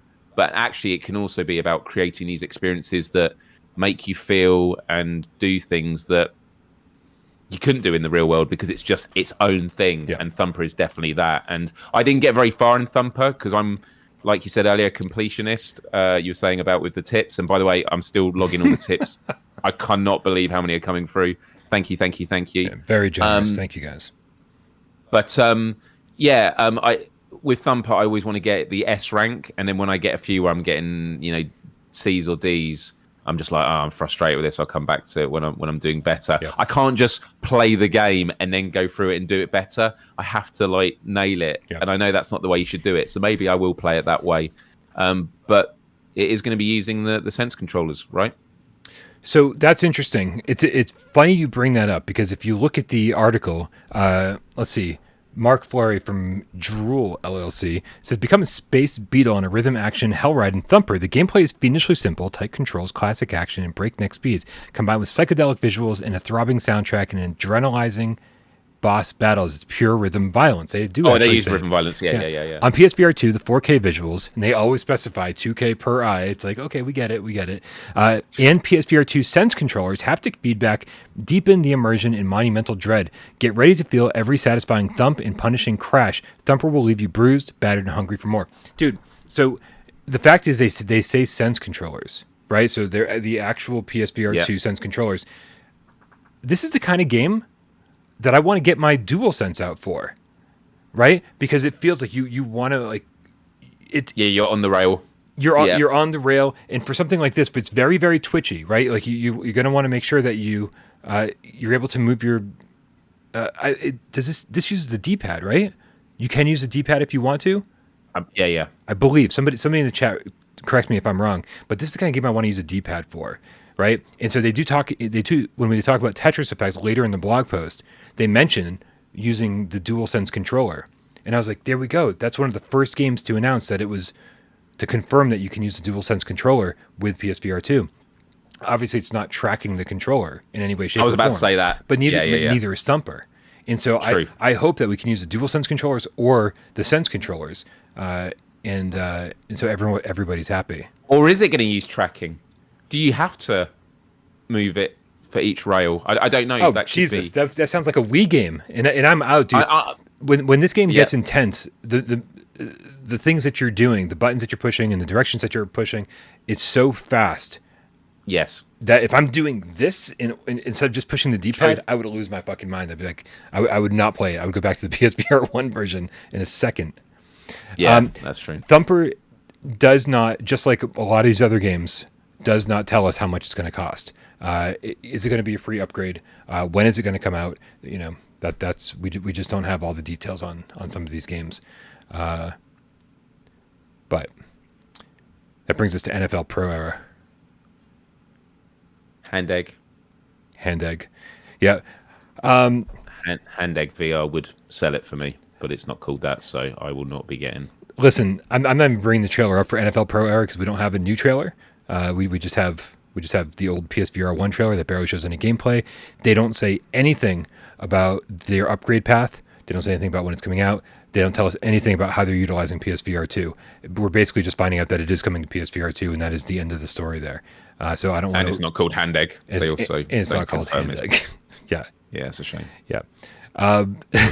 So that does bring us to Upload VR's Game of the Year 2022. What the Bat? Yeah. Myles, let's. Do you want me to read it? Why don't you read it? Yeah. What the Bat is a whimsical slapstick comedy from the people behind the anti-golf golfing game, What the Golf. It's a bit like What the Golf, except instead of golf, it's all about baseball, and it's in VR, and you have bats instead of hands. Get swinging, champ. In a series of increasingly absurd mini-games, What the Bat challenges you to live as a modern-day Batgirl, shooting, cooking, smashing, swinging, parking, painting, pickling, and even petting. There's a dog. Experience fully immersive silliness in a first-person experience like no other. And that's from Peter Brun, the game director from Triband. Oh, hey, shout out to all the cats in the chat keeping me honest here. Apparently, NFL Pro Era is listed at the, free PSVR2 upgrade. I didn't realize that these games down here listed things that weren't listed in the, that weren't listed. I'm going to have to double check all this stuff. So that is cool. Thank you guys. Really appreciate you letting us know. Yeah, dude. I mean, dude, what the bat looks fun. Like it looks goofy. It's it's got a job simulator sensibility in terms of like I wonder what happens when I take this and smash that, right? It was just like it's a world that's meant to be explored and fucked with, and I think there's a huge market for that in VR. And I get the impression you can play hand egg in it because it says there's cooking as well. So I probably could play hand egg in there. So another reason not to get NFL Pro Era. What's next, Brian? I don't even know what to do with you some days. We got Rez Infinite. Rez Infinite does have actually its own trailer, which is great. This is Enhanced Games. Dude, another PSVR 1 launch game. Here, let's bring that up here, and let me read the... another PSVR 1 launch game that's going to be a launch window for PSVR 2. This is kind of crazy. It's like you barely hear from some of these developers for years. And then they're like, oh, you got another headset coming out? We'll be right there. I'm like, oh, cool. Thank you for showing up. We appreciate you. By the way, before we move on, can I just read B. Dribble's comment? Because this cracked me up about what the bat says. I'm frequently asking myself, what would it be like to smash that? that would be a great thing for the trailer. Have you ever thought, would it be like to smash this? Well, now you can. But that's perfect. But that's literally what VR is really great for. It's allowing you to do things without consequence. Agreed. Which includes smashing stuff with a bat. And I can't wait to do that. So, yeah. Yeah. That's what I love. I mean, especially in the early days of VR when job sim games were kind of like all over the place. It was like, I just want to pick things up and throw them in VR. Because in real life, if I was in my apartment, I can't just like pick up this screwdriver and then throw it because I'm scared I'm going to hit my TV or my cat or something, you know? Or then I won't be able to find the screwdriver when I need it. Like it's in VR, you get to do whatever the fuck you want. Like just picking things up and throwing it is so satisfying because there's no repercussions. And sometimes when there are repercussions, it's really fun. Rez Infinite. In October 6, 2016, Rez Infinite debuted as a PSVR launch title, and we are excited to be back just in time for the launch of PSVR 2. Prepare yourself once again for the ultimate version of Rez, a thrilling journey of sights, sounds, and shooting action, except this time in PSVR 2 with eye tracking. And then in parentheses, you can track and aim at enemies with eye tracking. And haptic. Brian, they're training us for the military. They're training us for the military. They want us to be controlling drones next. Listen. Or making us Terminator. Listen, before we even continue with this description, I want to say something. I was trying to think of the ramifications of... do you know what I mean when I say painting your targets? Like when you... With Panzer Dragoon or Rez Infinite, you would just like... drag the cursor across all the enemies on screen, and then you would fire a barrage of missiles that would take them all down. And so, but what you have to do in Rez and Panzer Dragoon is actually move the cursor, hold the button down, try to get them all, and then let go, right? And to be able to maybe just hold down a button and just look at the different enemies and a boom, boom, boom, boom, boom, highlight, dude, that... in my head at least, reduces the response time so much that we're all going to be amazing at Rez Infinite on day one. Yeah. Yeah. I'm excited. I kind of feel like it's just going to make my eyes hurt. Yeah, probably. Because you're going to be intensively like, you know, as opposed to just looking at the screen and taking it in, you're now going, right, where am I looking? They've clearly tested it. But no, it's interesting. But so many of these, like every time they talk about eye tracking, so many of these descriptions sound like gimmicks. You know, like how's eye tracking going to work here? You know, and in some places like Switchback, when you blink, the mannequins move, right? Like just blinking causes things in the room to move, which is really fucking scary, right? So that doesn't sound like a gimmick. But like when we get to Tetris Effect, that certainly sounds like a gimmick. It's like closing your eyes for a few seconds and then opening it to replace a single button press. But I bet you it feels amazing. Maybe. Oh, yeah. Okay. We'll get to that in a bit. Yeah. I wouldn't even read the second half of this, except I do feel like we need to discuss something. Experience 360 degrees of mind-blowing synesthesia as you blast your way through waves of enemies and massive transforming bosses with your every move triggering colors and sounds that sync and blend to the beat of the unforgettable soundtrack. Rez Infinite is also playable on standard TV mode. No one cares. Owners of the original PS4/PSVR game will be able to upgrade to the PS5 and PSVR2 version for $10. This is really the first time, Myles, that we've heard of an upgrade charge. You know, Polyarch said, hey, you just got to buy the game all over again, but hey, we did reduce the price of the game, so maybe that'll make you feel better. 2MD VR Football said, hey, for $4, you get our sequel instead of the original game. How does that sound? You know, but this is the same game, just on PSVR2 with enhancements, and it's an additional $10. How do you feel about this, Myles? Man, well, I think if you're trying to encourage new people to, well, it's not going to be new people, is it? 'Cause it's for an upgrade. But if you're trying to encourage people that were a bit agnostic about a game, that bought it, and you want them to give it another try, I don't think you're going to appeal to them with this. However, with something like Tetris Effect, if you would say to me, do you want to pay $10, $20 for the upgrade? Yeah, I would, because Tetris Effect was one of my top 10 games of PSVR, personally. And so I do think it does come to that. And so this is a calculation that has to be made of, are you doing it to generate revenue, or are you doing it to just get it in the hands of as many gamers as possible? And there is a balancing act there, because if you get it in all the PSVR gamers in the world for free, well, you're not a business, and now you're not going to be able to make the next game. So, clearly resources were spent on making this happen. And if it's as good as people think it's going to be, a lot of people are going to say, you know what, I'd give it a go. If I was a VR gamer that wasn't familiar with this game, though, and I was looking at it, unless I was a massive retro gamer, I might think, nah. Do you know what I mean? Yeah. Rez Infinite seems to be a game that appeals once people tell you about, no, you've got to give it a go. It's amazing. People in the chat are saying, talking about the PS Plus library and saying that it was given away for free on PlayStation Plus, or it's in the Plus library, and that's why $10 is nothing. Listen, for people who didn't buy this game at launch and got it for free, then yeah, $10 is nothing. But some of us paid the full price for this game at launch on PSVR 1, day one, October 13th, 2016.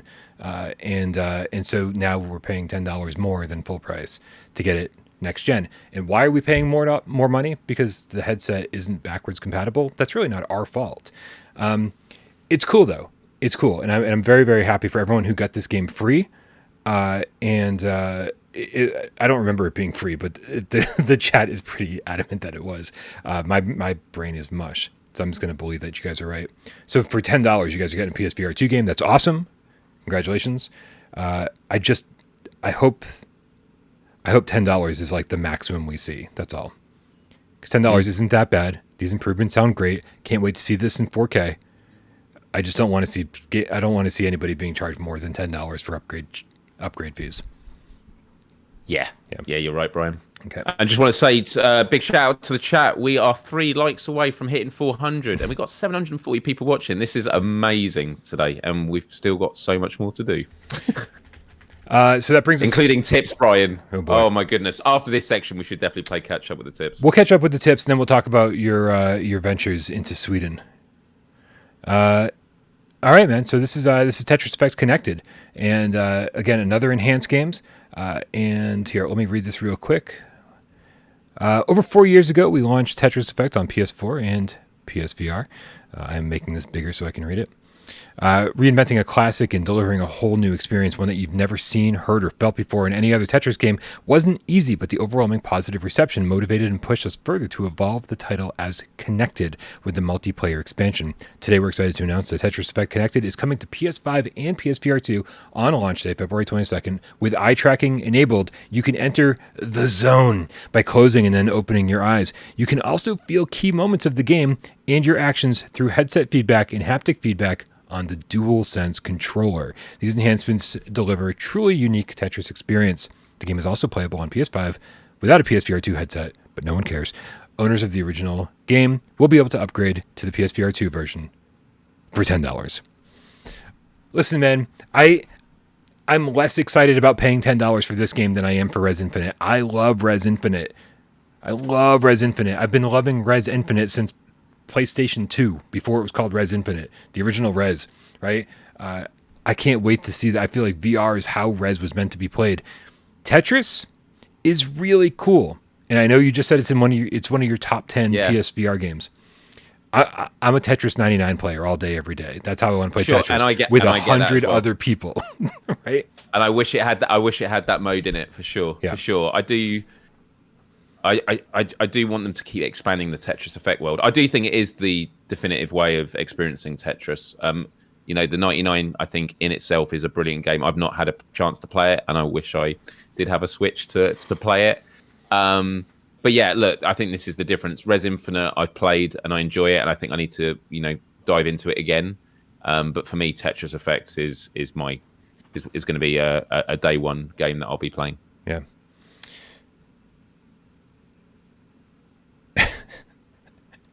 I will say there's a lot in Tetris Effect that I don't do. I know that people like Nick Mueller keep up with like the rituals and everything, and it gives you a reason to go back over and over and over. And I didn't really do that, but something that I'd like to do. We got Creed Rise to Glory Championship Edition. Myles, why don't you read this one so I can update the trailer on screen? Yeah, sure. So Creed Rise to Glory Championship Edition. In partnership with MGM, we are excited to confirm the return of Creed Rise to Glory with Creed Rise to Glory Championship Edition coming to PlayStation VR2 in 2023. We're thrilled to pair up again with MGM. I feel like they're just going around in circles here and expand on what Creed Rise to Glory has to offer. Who wrote this? Has to offer for old and new fans alike.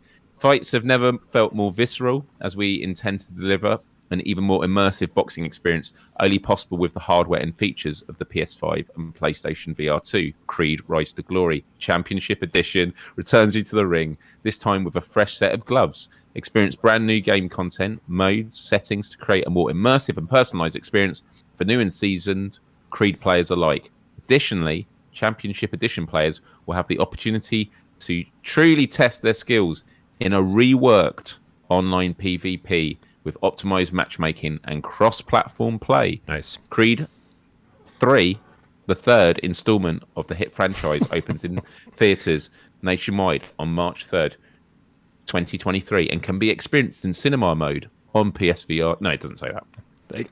They're just like, we want to pimp the movie. Yeah. They literally had a quote of how many times they had to put the name in that. Yeah. I'll just say straight off the bat here, Brian. Creed Rise to Glory is a game I absolutely love.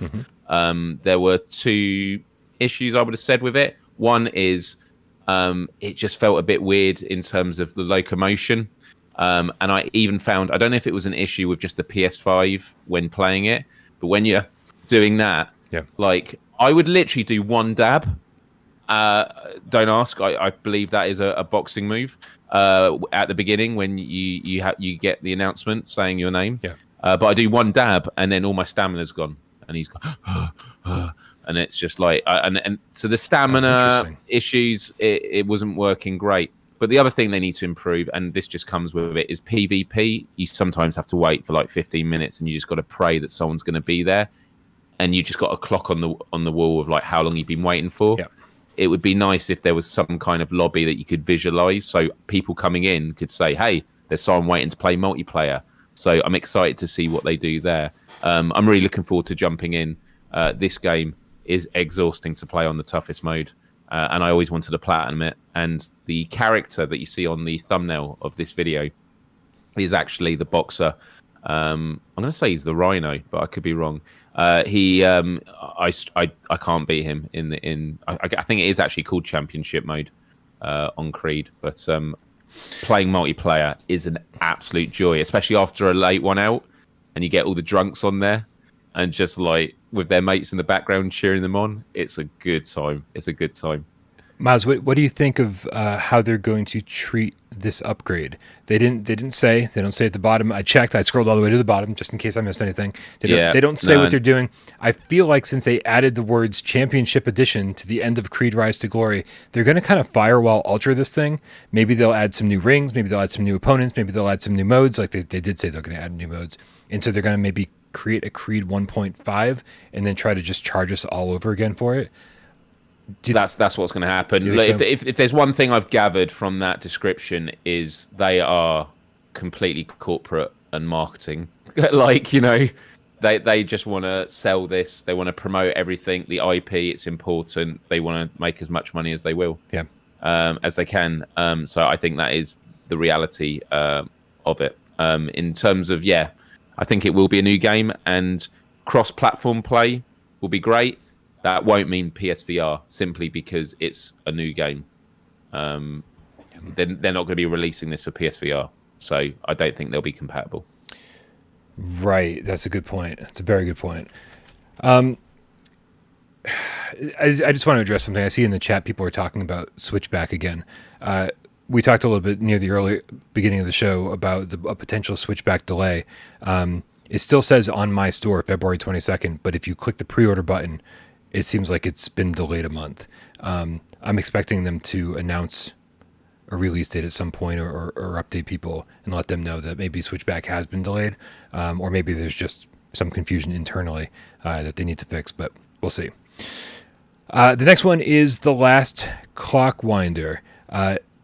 Very interestingly, this is something I feel like I could easily have overlooked, but as soon as it was announced, there was a lot of excitement about this, Miles, and a lot of people saying, oh, you need to check this out. This is actually really good.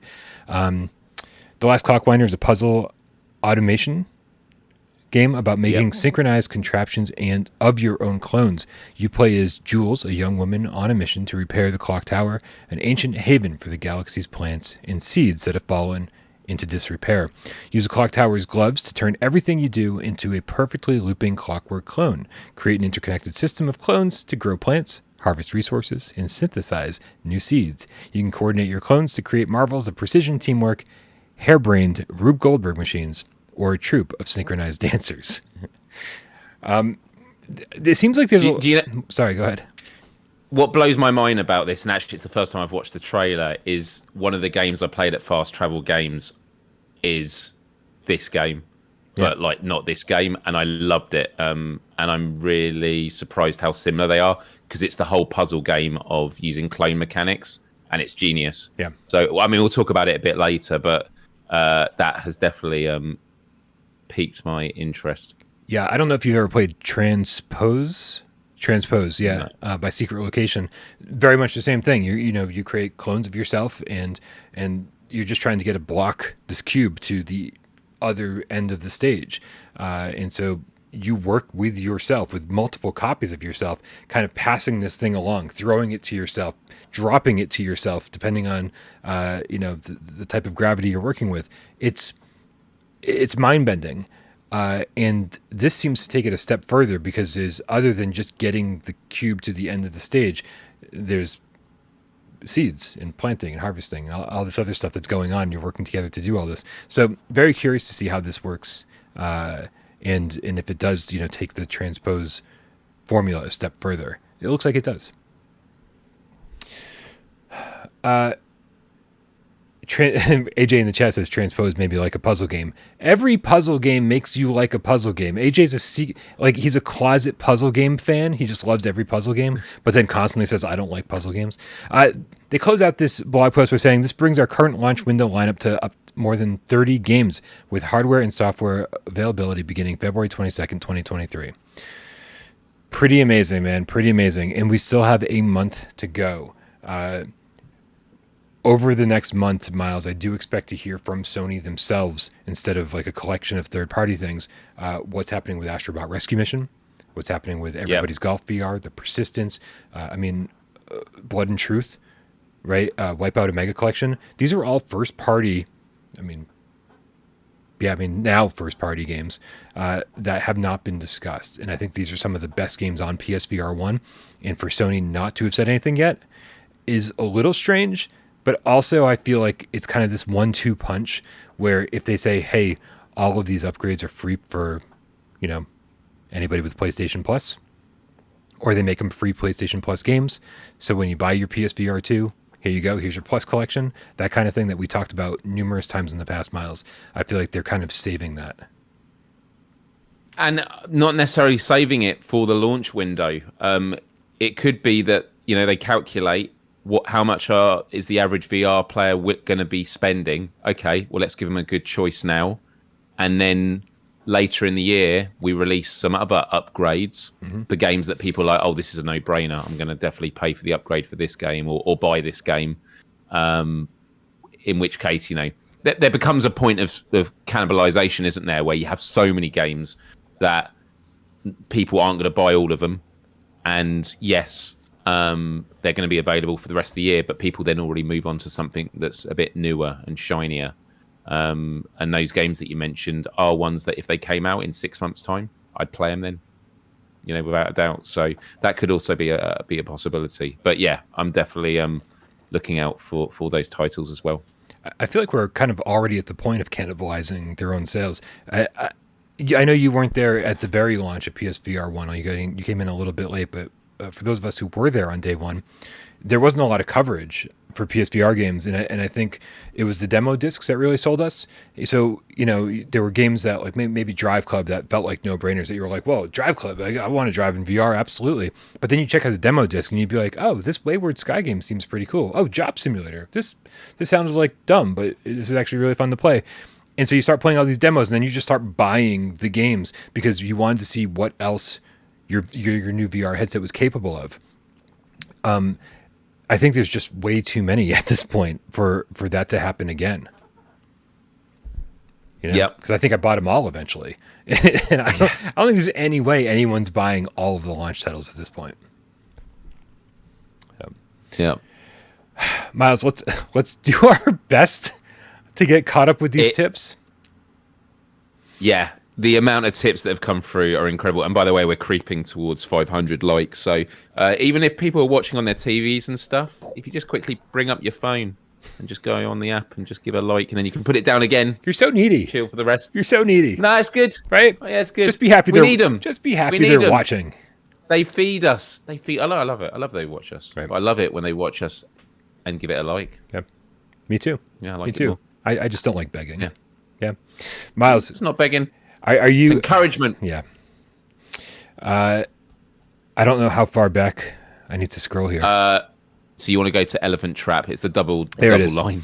All right. All the way up there.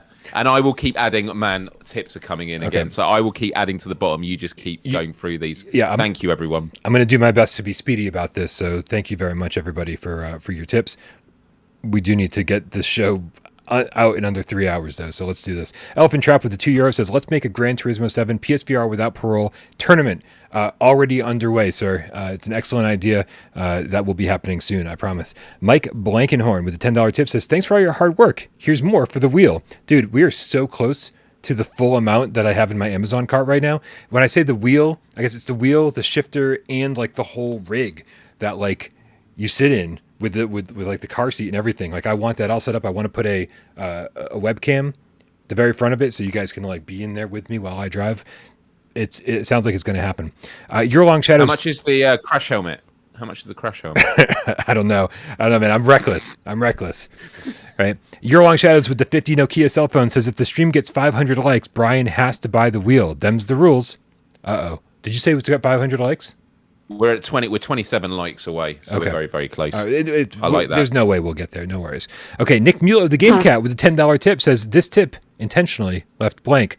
Well, then, Nick, my response also intentionally left blank. Nihilist Ryan, the Game Feline, with the $5 tip says, will you get the wheel, though, Brian? Will you? Will you? By the way, the highlight clip of a couple of weeks ago where we were talking about GT7 and Brian took me off camera twice for the puns, I do have a supercut of that, and it is hilarious, especially when I go, no, don't, and then he cuts me out, and you just like, it is, I've watched it so many times, it's so funny. That's good. So look out for that on Twitter in the next week. It's brilliant. Excellent. But really?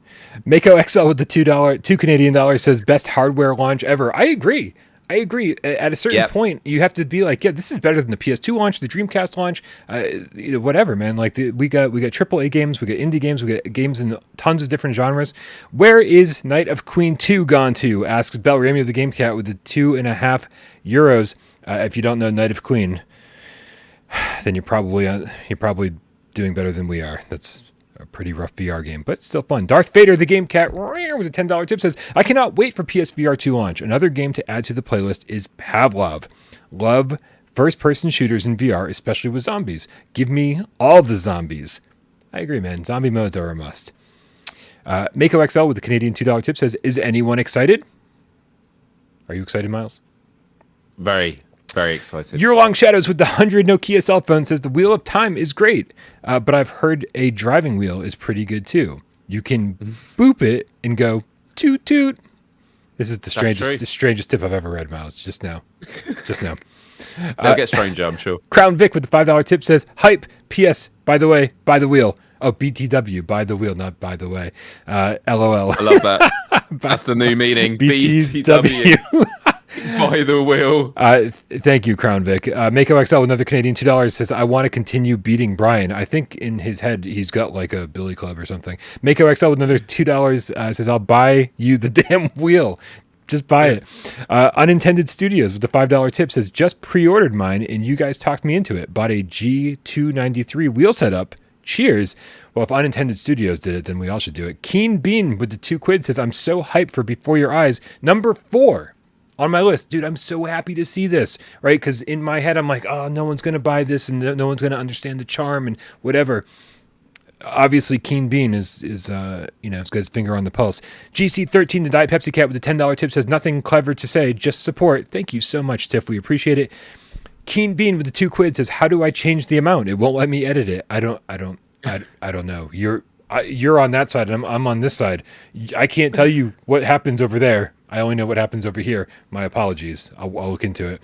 GC13. And even then, he doesn't know what's over there. No, I don't even know what's over here. GC13, the Diet Pepsi Cat with the $20 tip says, just support, nothing clever to say.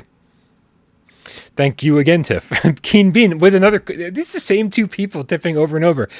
Keen Bean with the $2 says, buy the wheel before it buys you. I'll do my best. Glacius Dream with the $5 tip says, just say nothing clever to support. Glacius Stream with another $5 tip says, say nothing to just support clever. Joey VR $2 tip says, Myles, did PSVR taste like PSVR2 taste like magic? It did indeed. That's good to hear. It did indeed taste like magical goodness. Mm-mm-mm. People asking important questions. What does the PSVR2 taste like? That's no other channel is going to tell you that, my friends. Andrea Alessi with the €2 says, the Eye of Judgment reboot on PSVR2. Would you like it? Dude, absolutely. Absolutely. I'll have to see if I've still got the cards somewhere. I probably don't. I used to have the actual binder with them in the sleeves. Oh yeah. Yeah. I've got what's the Harry Potter one called for the iToy? The book of magic. No, the. Oh right, yeah. Yeah, I still have that somewhere around here. Awesome. Yeah. I want Inscription on PSVR2. Have you seen Inscription, that card game? Everybody's raving about it, but I'm like, this looks like it would be great in VR. Step _, with the 2 Chieftains said, I would love if we could get Compound on PSVR2. I hear that's like an Alvo type shooter. There's a lot of competition on other platforms, so maybe we'll see those games at some point on PSVR2. Splinter Sloth with the Canadian $5 says, I don't think Thumper was very immersive on PSVR1.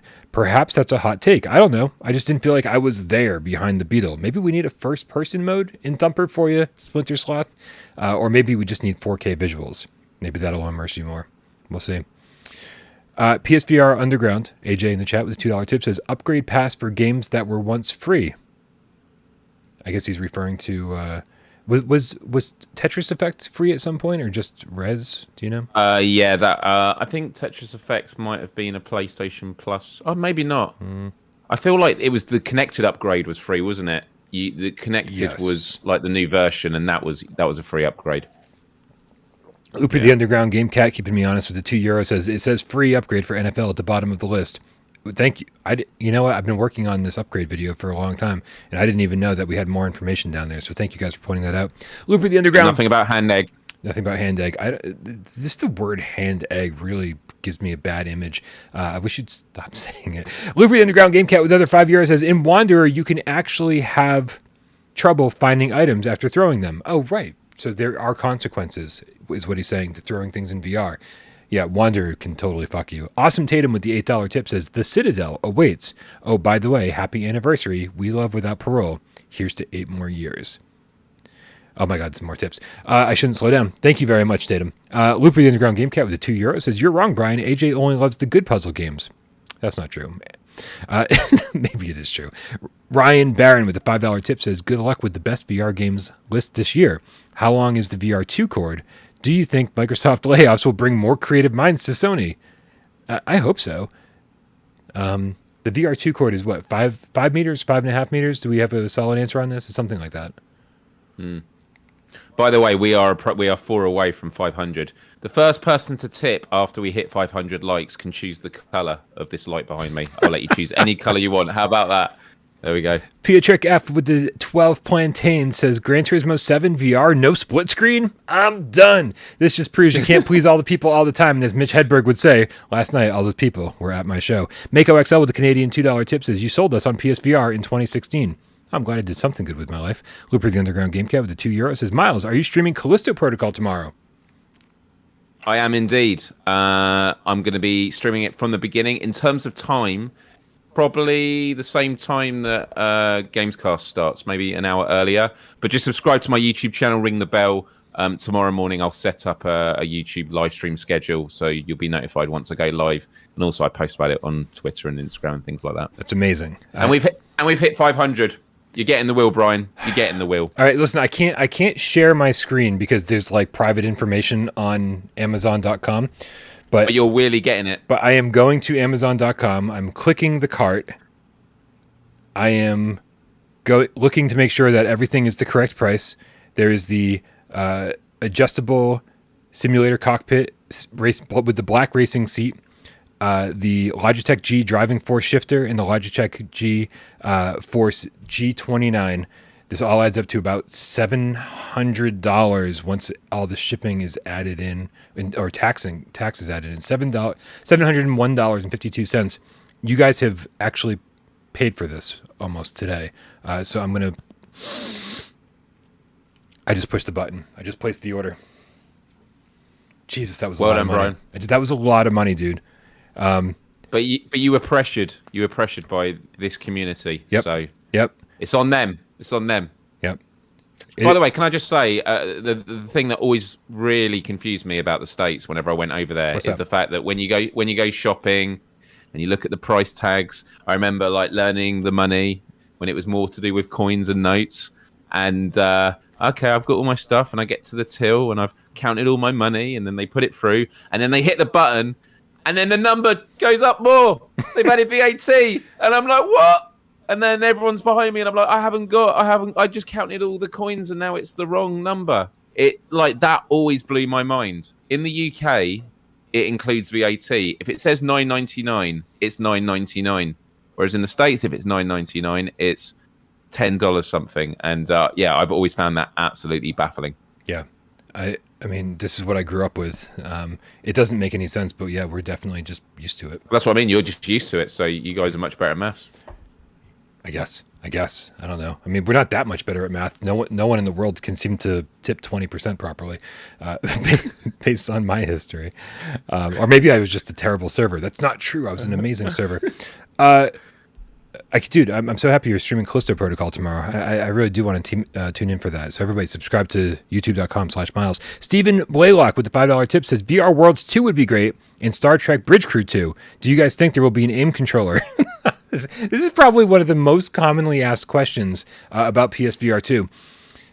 I don't know if there will be. I would love one. Myles, yes or no? Aim controller. Do I want one? Aim controller for PSVR 2, yeah. Yeah, absolutely. Yeah. Mako XO. Even though I finally got to experience dual controllers with the Quest with like decent tracking, because I'd never experienced like inside-out tracking in games where I'm holding a gun with two hands, and it was a lot better. But it was a slight jitter, but with the smoothness of PSVR 2 tracking, I would be willing to say I'm going to give it a go, obviously. Yeah. With the Sense controllers, and I could be persuaded that I don't need the aim controller. But if they release an aim controller, that's because they know that it adds something, and I would definitely, of course, I'd get it. I'd pre-order it. Yeah. Yeah, it was the aim controller was a solution to something that we don't have that much of a problem with this generation. Last gen, we didn't have. It was tough because the controllers would occlude each other because of the camera, the way that it tracked. And so having one bulb and something that could use two hands was the solution, and it gave us analog sticks that the Move controllers didn't have. It was a solution to a major problem. We don't have that much of a major problem this time, but we all fell in love with the aim controller so much that here we are, like, this is what we want in VR again. And so I do think that desire will eventually get us an aim controller 2.0. But I think they want to focus on how great the Sense controllers are out of the box. Yeah, I think that's absolutely right. And also, the thing that really blew my mind with the aim controller was the fact that VR players on other platforms were always quite envious. Oh, I wish we had an aim controller for the Quest or something like that. So even when they did have decent tracking, the aim controller was brilliant. Like, it just felt great. And although you could get these 3D printed, all these frames that you could then connect your two controls, and it's not the same. It was built so well, and like having the rumble in it. I mean, having haptics in that would be incredible. But yeah. Who knows? That might be why Firewall Ultra is not coming out too much later in the year, because it has to be when they've got the aim controllers ready to go out there. I don't believe that. I'm just messing. I just wanted an excuse to shake my head. That was all. Yeah. Touch. We can get real close. Oh my god! All these tips I've just I've looked back at the chat and there's another 3. You guys, I'm gonna get caught up. Here we go. Mako XL with a Canadian $5 says, "Shut up and buy the wheel now." This is how far back in the chat we are. Your Long Shadows with the 20 Nokia cell phone says 500 likes. Kneel to the wheel. Kneel to the wheel. I love that. Splinter Sloth with the Canadian $2 tip says, "Miles, you buying what the twat day one?" What the twat? Oh, twat, we say. Oh, you're a twat, mate. Twat. But you say twat, do you? Yeah, twat. I mean, no, I don't. I don't use the word at all. Period. When you hit someone, you twat them. Yeah, mate, I twatted you. I know. I mean, I don't use that language, but that's. I probably seem like a very strange individual right now, but that is how we talk over here. We say, "I'm going to twat them." But yeah, I'm definitely going to play it. And I will twat everything. Andres with the $2 tip says, hoping we'll get some games with HOTAS support. I don't, because I just bought a fucking racing rig. I don't want a HOTAS rig too, man. That would be crazy. No, but I mean, I should be able to swap out my driving wheel with a HOTAS, right? So then I can pretend I'm in a... Anyway, Genetic Blasphemy, plain and simple. Wow, that was plain and simple. $5 tip says, I'm hopping on the tip train. Love to all. We are joined, our joy and bound by our PSVR2 bounty. That was sweet. Michael DeSerto with the $5 tip says, nothing, but thank you. We love you. By the way, I love that so many chats are being held for review after the whole twat. Yelp. Oh yeah, being twatted is when you're drunk. I'm totally twatted. Yeah. I swear you guys are just a different fucking country all together. We are. That's why Independence Day is so good, because you're like, at least we didn't have to say twat. Oh yeah, you guys are a different country. You're not to be trusted. Yelnick McWawa for GameCap president with a $2 tip says, screw the wheel, buy a taco pizza. I don't know if I can do taco pizza anymore. I really screwed that up when I got sick. Honorian with the $5 tip says, it's just a pair. Thank you very much for the emoji. 2 Soul Audio with a $2 tip says, Hitman 3 with motion controls and 4K moves unit. Dude, absolutely. We need a Hitman 1, 2, and 3 remake for PSVR 2. Mako XL with a Canadian $7.21 says, hell yeah. I guess he's happy that I bought the wheel. Scottzilla with the 420. Smoke him if you got him. Looper the Underground Game Cat with the €5 says, Compound is nothing like Alvo. It's a pixel art sci-fi roguelite. Whoa. Okay. Apparently I need to get caught up on my non-PSVR VR games, because Compound is nothing like Alvo. It's a pixel art sci-fi roguelite. Sounds like My kind of game. Stupid Donkey with the $5 tip says, "Yo, congrats on the wheel." Thanks. Thank you. You guys did it. You guys paid for it too. Amazing. Genetic Blasphemy Plain Simple with the $5 tip says, "Extra toward your GT7 VR rig, B. Brian Paul. Hey, Miles, I missed much of the show. Are the Halo cushions removable / swappable for cleaning? Orange lights." You want to add that to your Q&A? I'll answer it now. Okay. I don't think they are removable. I mean, they weren't on the current headsets, are they? But I honestly don't know what the answer is. But they did seem quite sturdy, and the material just feels like... I don't know. It made me realise I've forgotten what the headrest was like on the PSVR before it was completely ruined with sweat and wear and tear. But it feels really... I think I don't know if it was actually in the final edit of my hands-on, but it felt quite substantial and like quite bold in its fabrication. So but not removable. Okay. It just seems like everyone wants to buy the PSVR2 to make everything removable. Right. It's as if people want to buy it just to take it apart and go, "Yep, it's all removable. I don't know how to put it back together again, but at least it's removable." Drew B with the $2 tip says, "Making it so you never catch up on tips." I feel like that's going to be the case tonight. We are 2 away now. We're getting there. Super cool video, bro, with the $2 tip. Oh, you just taunted them is all you just did. I have a HOTAS and wheel rig for my PSVR 1. That is awesome. Carson J. Kelly with the $2 tip says, "I'm glad the PSVR 2 fits my head." LOL. Carson, do you have a big head? Is there something we need to know about the size of Carson's head? Stay tuned for Monday's GAMESCAST. Maybe we'll get to the bottom of this one.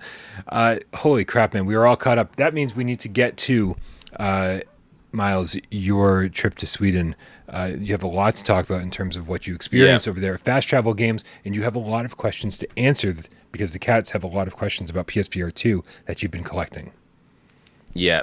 Do you want to be screen grabbing the tips now as we go through that? Actually, I think I've just oh man, I got the newest one, so I'll start from there. The gaming one. That's the one. That's the latest one. Okay. Yeah. Oh, Game Cats, you're making us work tonight. This is great though. Thank you everyone, and anyone that's just joined. Want to say welcome. We're now getting on to talking about Fast Travel Games. I want to say a huge thank you for the whole team for inviting me as a part of the PSVR Without Parole family to Stockholm in Sweden.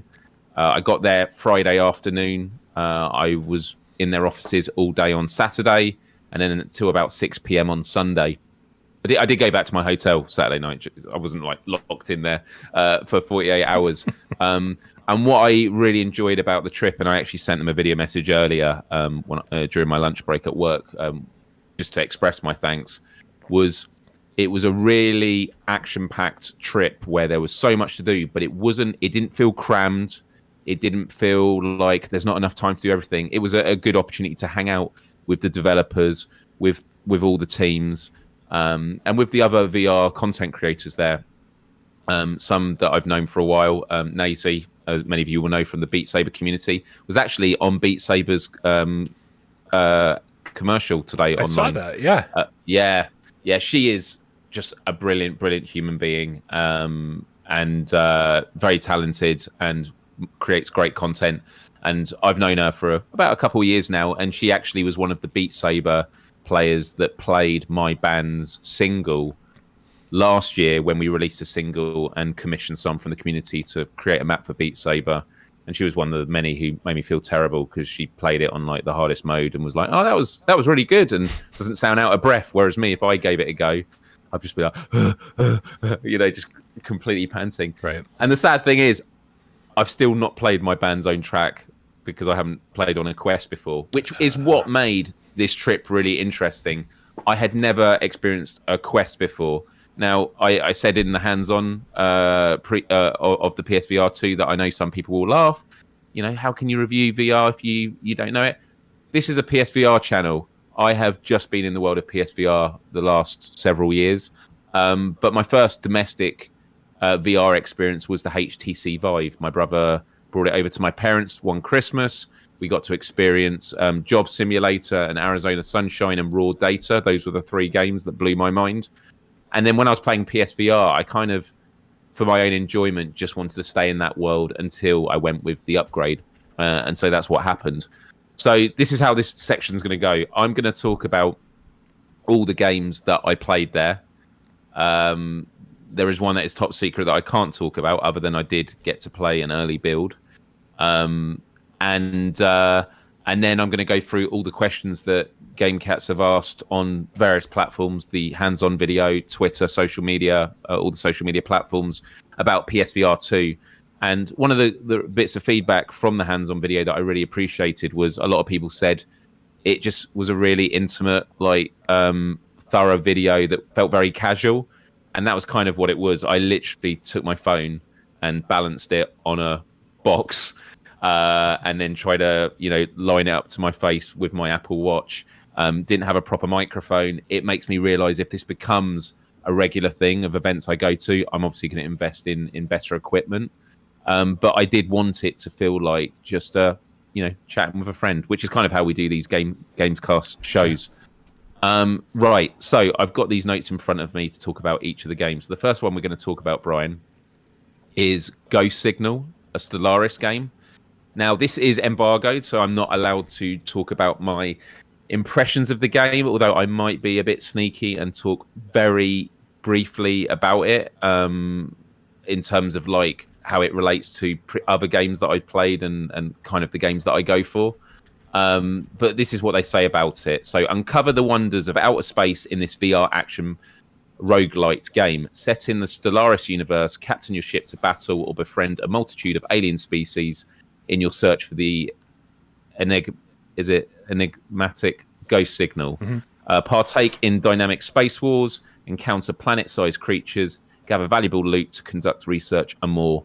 So this game, I got to play. It was on the Quest.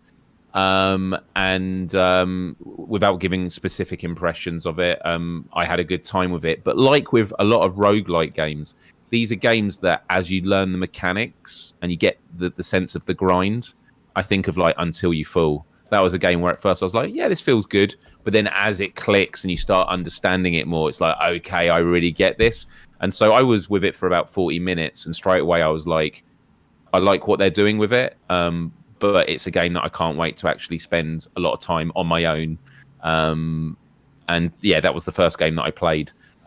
It's not coming to PSVR2. And actually something I will say is Fast Travel Games have told me, unless I tell you otherwise, these games are coming to Quest and Steam VR. There's no plans for PSVR2 that they can at least announce. My impression is the excitement for PSVR2 is palpable, not just with the devs and the full team, not just with us PSVR fans, but also with the VR content creators that are on other platforms. PSVR2 is really shining a light at the moment that's getting people excited. And the impression I get, again, they've not said anything, and this is not me kind of covering something that they've told me, and I'm asking, genuinely, they've said there's no plans as of yet. However, because of the excitement of PSVR2, it wouldn't surprise me if a couple of these did actually get ported to PSVR2 later down the line. But as it is with developers, they have to prioritize where their resources go and their time goes. It does take time. But with PSVR2 becoming a new benchmark for VR, that's an exciting position to be in, where games, they can say, no, let's strive and make a version for that platform. And Ghost Signal, again, without giving impressions of specific gameplay mechanics and that, it's a game that I look forward to playing again, and hopefully on PSVR2 one day. Next up, we have Everslaught Invasion. And by the way, Ghost Signal is from Fast Travel Games. Everslaught Invasion is from Mob X Games, so it's been published by Fast Travel Games. Fast Travel Games is now getting into the publishing space. Everslaught Invasion is a fast-paced VR action game built for 1 to 2 players. Join the fight as a hero of the secretive cleric order to defeat the evil and ever-expanding faction of the corrupted. Team up online as one of the unique classes, warrior, rogue, or vanguard. Use the hook shot to fluidly move around the environment, and it's amazing when you do that. Or use it against enemies when you I was even using it on my teammate when they got to a ledge, and I was like, how do I get there? Oh, I'm just going to grapple hook onto you. It was really, really cool. Gather loot and unlock new skills and weaponry through a deep progression system, all set in a dark fantasy universe. I can give my thoughts on this. Now, firstly, I played it with Francis, who was a dev, and we were both in the same room playing on Quest 2s.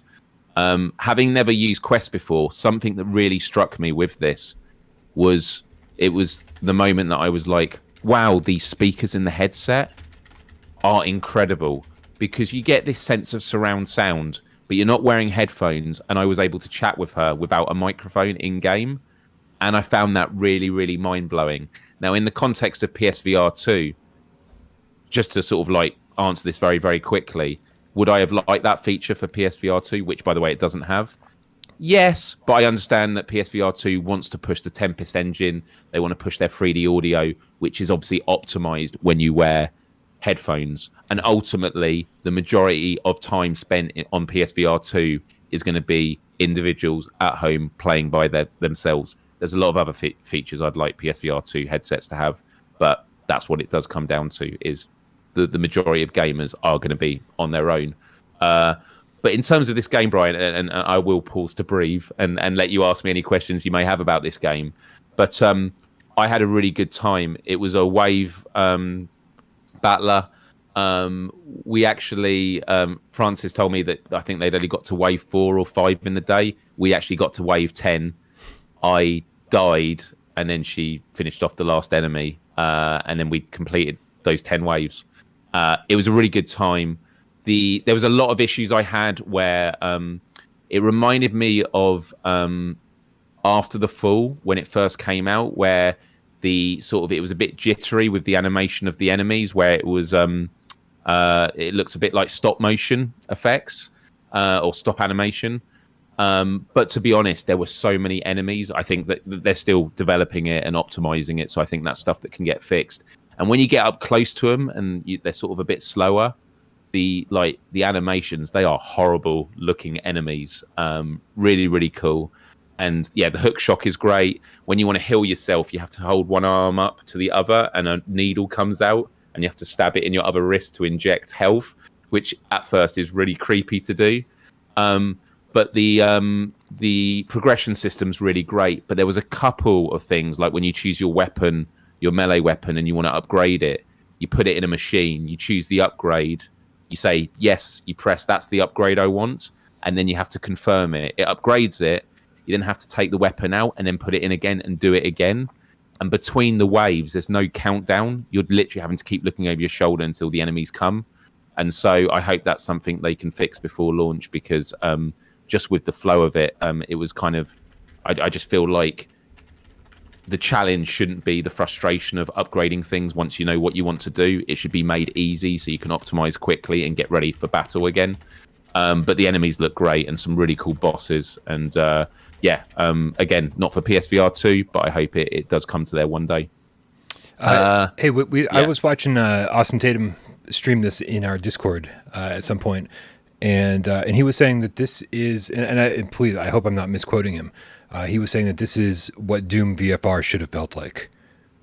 And interesting you say that, because you've just reminded me from that comment, the music in it reminded me of BFG Division, the really famous Mick Gordon track from Doom 2016.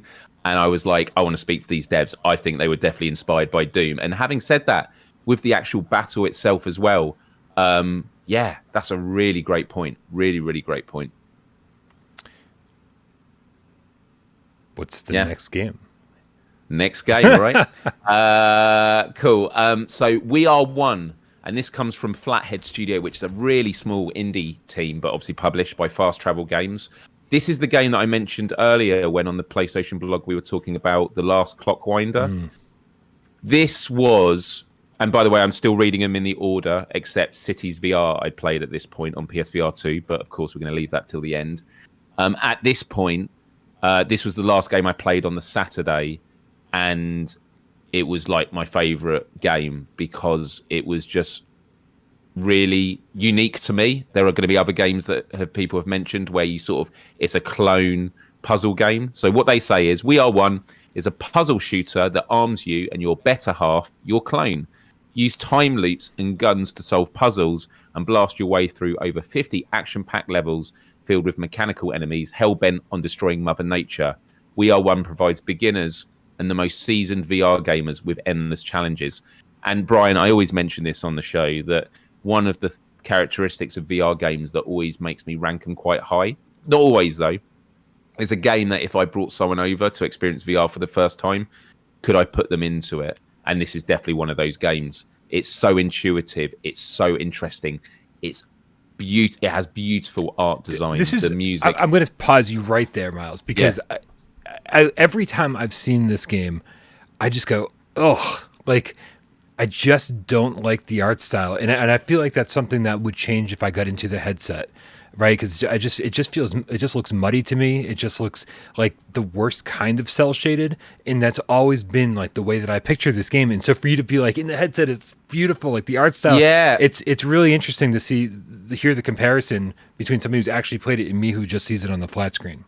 Actually, watching it now, because I've just got the YouTube window up, so I'm looking at it now. It does look quite jarring. I would say that, the art style feels a lot more nuanced when you're in game. Like you feel like you're in that world with the music and everything. It's got quite a peaceful vibe to it. I'd say definitely on this flat screen, it looks a lot harsher than it feels in game. And when I say harsher, I don't mean the lines aren't defined; they are. But I really enjoyed it.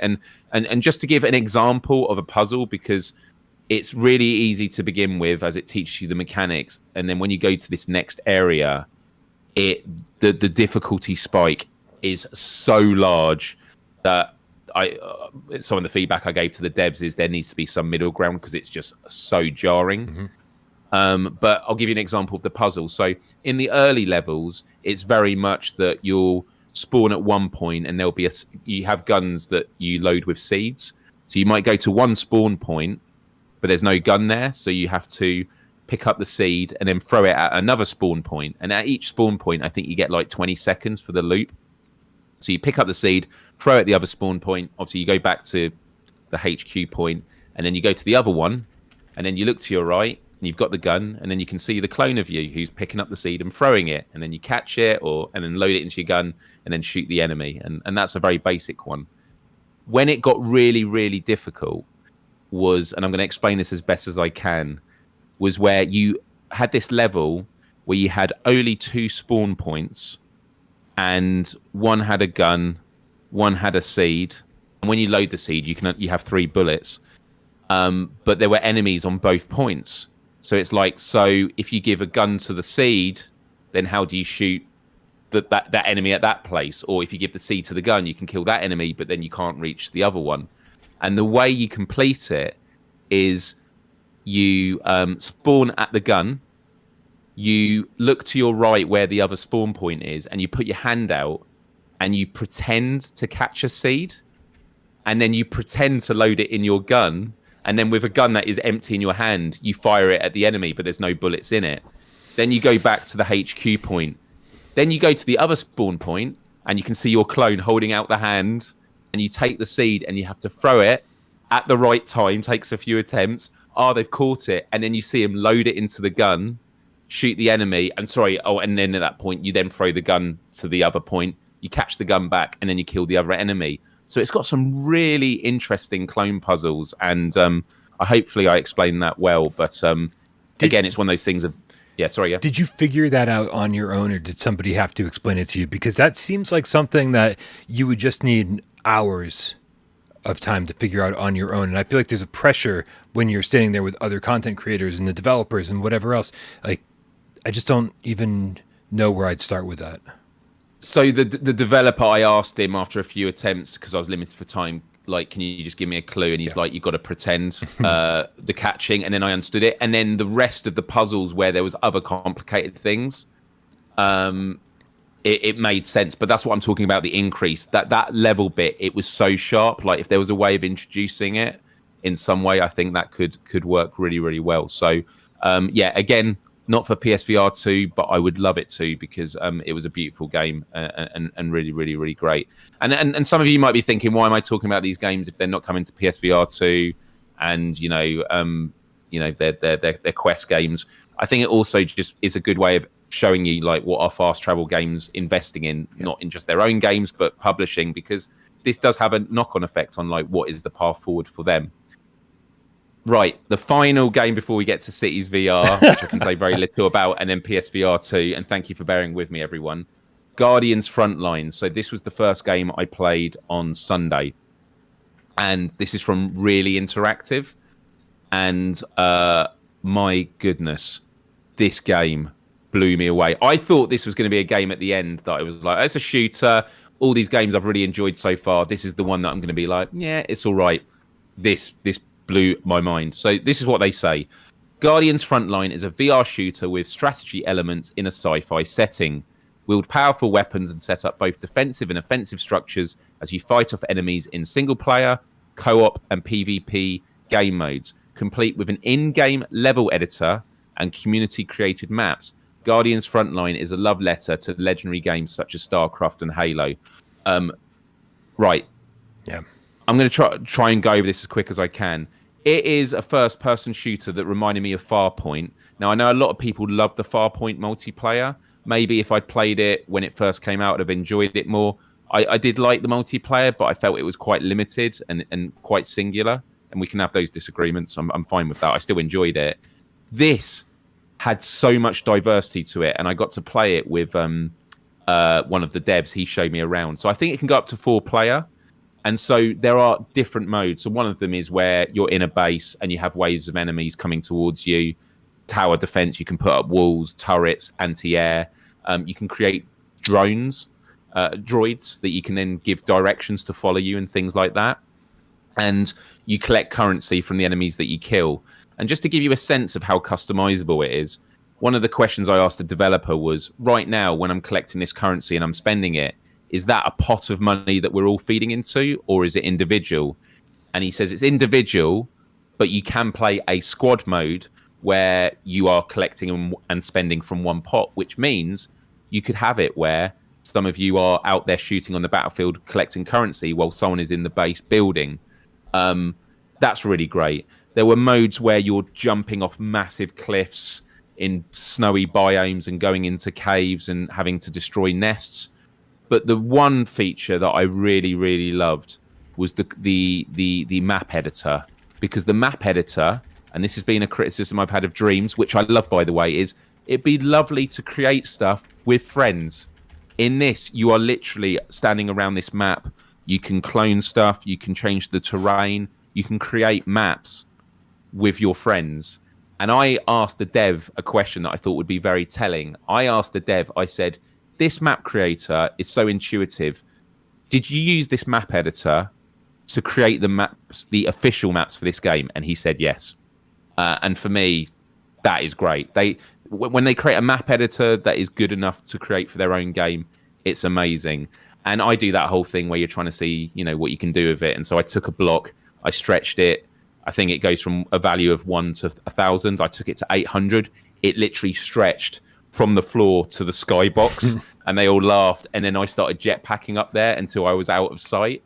And it was really, really good fun. And there are other modes where you've got to get to like point A to B, and then at the end, while you're waiting for the dropship to pick you up, you've got to, defend the bases. The amount of droids you could spawn was incredible. And for me, this is a game I could see myself spending so much time in. And if there was one game on this list that I'd want them to bring to PSVR2, it's this game, without a doubt. I would spend so much time in it. There is so much scope as well. You can spawn mech warriors and then control them. Like, dude, it's just it's so good. There are so many weapons as well. You have like swords and lightsabers. You have sniper rifles. You have assault rifles. I had a really, really great time with this. So yeah. The reason I wanted to of all the games you talked about so far, and I'm glad you're going through and letting us know everything that you played, because again, I do think that PSVR2 is going to be this place where all VR games end up, right? Regardless of what headset they're on currently. This game specifically, I guess I didn't pay close attention to the trailer until just now when I'm seeing it repeat over and over on full screen, and it just looks awesome. So especially when you're in that like some kind of flying vehicle, I don't know, man. Just I'm into this. Whatever's going on here looks really fun. it's one of those moments where you feel like it's a love letter to every game that's come before, and that's what you kind of, I mean, you always get it in gaming, but like with the AAA games have their own identities at this point. I find that when you've got indie developers and people that are just starting, a lot of them are just like, yeah, what are the games we love, and what are we gonna bring the elements from all the stuff that we like. The one thing I struggled with was the flying capabilities, because you kind of jetpack. You see that thing in the trailer where it's like you get the trajectory, and then you got to put your arms out, kind of like Zenith.